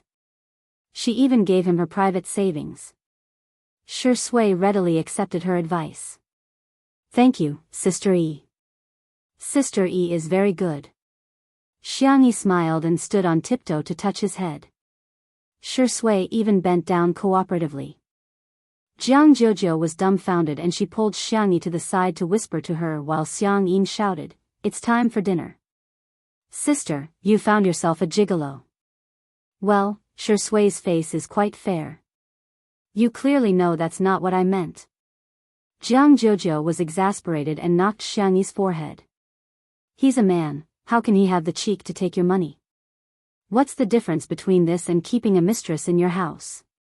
While they were talking, Fu Jiayan rushed over and happened to run into Nan and Si Chuanbai. They couldn't help but exchange pleasantries. "Wow, sweetheart, your bag is so cute." Nan was full of praise for Xiangyi's bag. Xiangyi said with a little pride, "My third brother made this and there's a card pack that he designed inside." She took it out and showed it to Nan. Si Chuanbai, who was at the side, noticed the cards in the card pack and said meaningfully, "Shui, you dog, ahem, good man, it turns out he gave you all his money." Chapter 873. Huh? Xianxia was puzzled. Si Chuanbai reminded her, your card wallet. Xianxia looked at it but didn't find anything strange. Nan also leaned over and asked adorably, what's wrong with the card wallet? It looks pretty good. Si Chuanbai was speechless at the two of them. He said helplessly, don't you guys notice that there are a few extra cards? Nan asked. Really? Xianxia said. I think so. It couldn't be helped. Xianxia had the supplementary cards of everyone in the Xiang family, as well as her own bank card, wealth management card, and pocket money card. It was a mess. There were too many cards.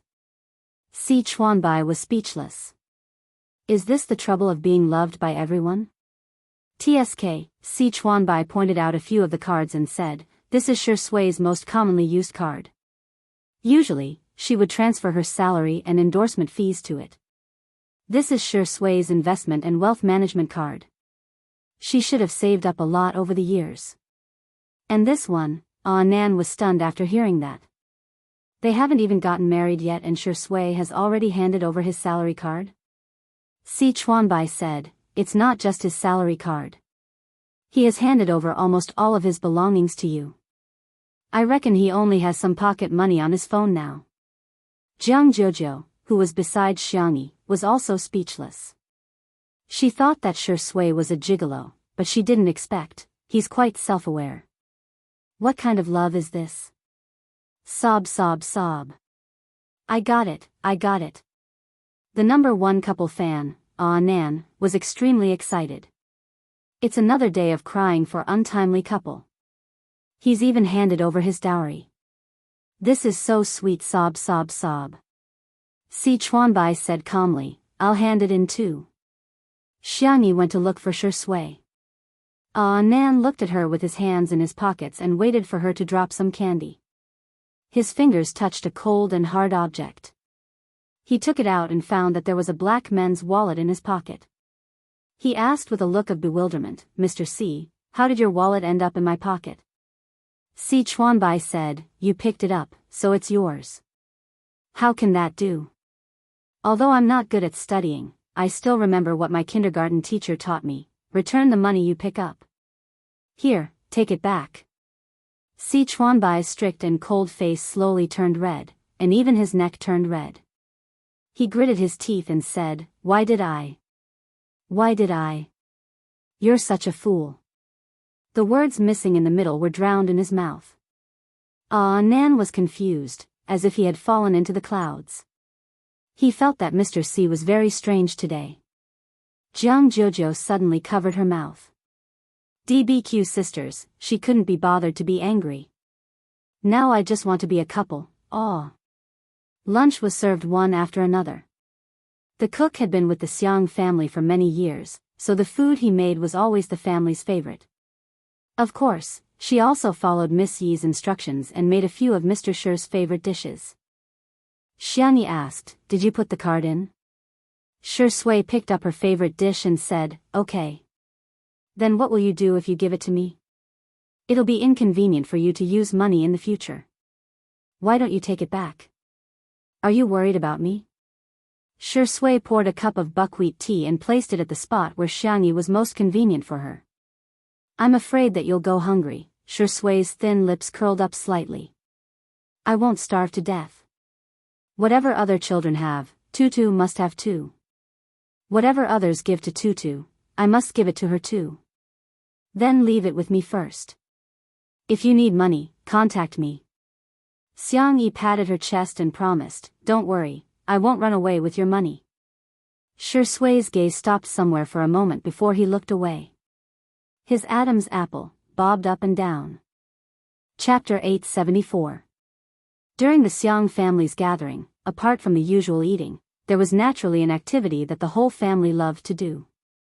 Drinking alcohol. Li Jianyu and Ruan Qing also had a meal together.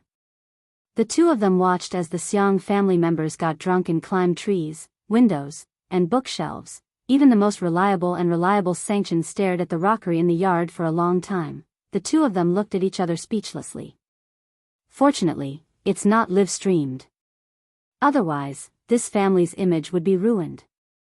With Shui taking care of Xianxia, she did not drink too much. After the meal, she even cooperated with him to record a video of her unpacking. Li Jianyu personally took action. His style of filming was not the high-end and simple style of blockbusters or variety shows like Old Zhang. Instead, it was warm and beautiful. The background of the video was chosen to be Xiangyi's old room, which was decorated in warm colors. The wooden floor was covered with a fluffy white carpet, on which Xiangyi sat cross-legged and opened the packages one by one. The first package is. Let me see, it's from Ronghuai. I'll open it then. Xiangyi's fingers were slender and soft. Even the sight of her opening the package was a beautiful pleasure. Wow, it's so cute. Ronghuai had given her a backpack with a cartoon rabbit. He even wrote a small card saying that he's currently attending an art examination class and that he personally caught this backpack from a claw machine near the class. Wow, I hope everything goes well for his art examination. Xiangyi tried to carry it and showed it to the camera. This looks good on my back too. Ruan Qing, who was beside her, gave her a thumbs up. Sister E can do it. After some simple training, she got the hang of it just like that. An internet celebrity is going to open the box. The second package is from Daoist Ren. It's a can of tea leaves, a few bottles of spring water, and a ticket to his Daoist temple. It says that the admission fee will be waived forever. Xiangyi blocked the items with her hand so that the camera could focus on them. Using this spring water to make tea will definitely be special. The third delivery is from Mama Yin. It's a yolk pastry that she made herself. Xiangyi broke open the egg yolk pastry. The golden skin was wrapped in a layer of Empress of Snow and a layer of red bean paste. In the center was the salted egg yolk. She tasted it and gave the camera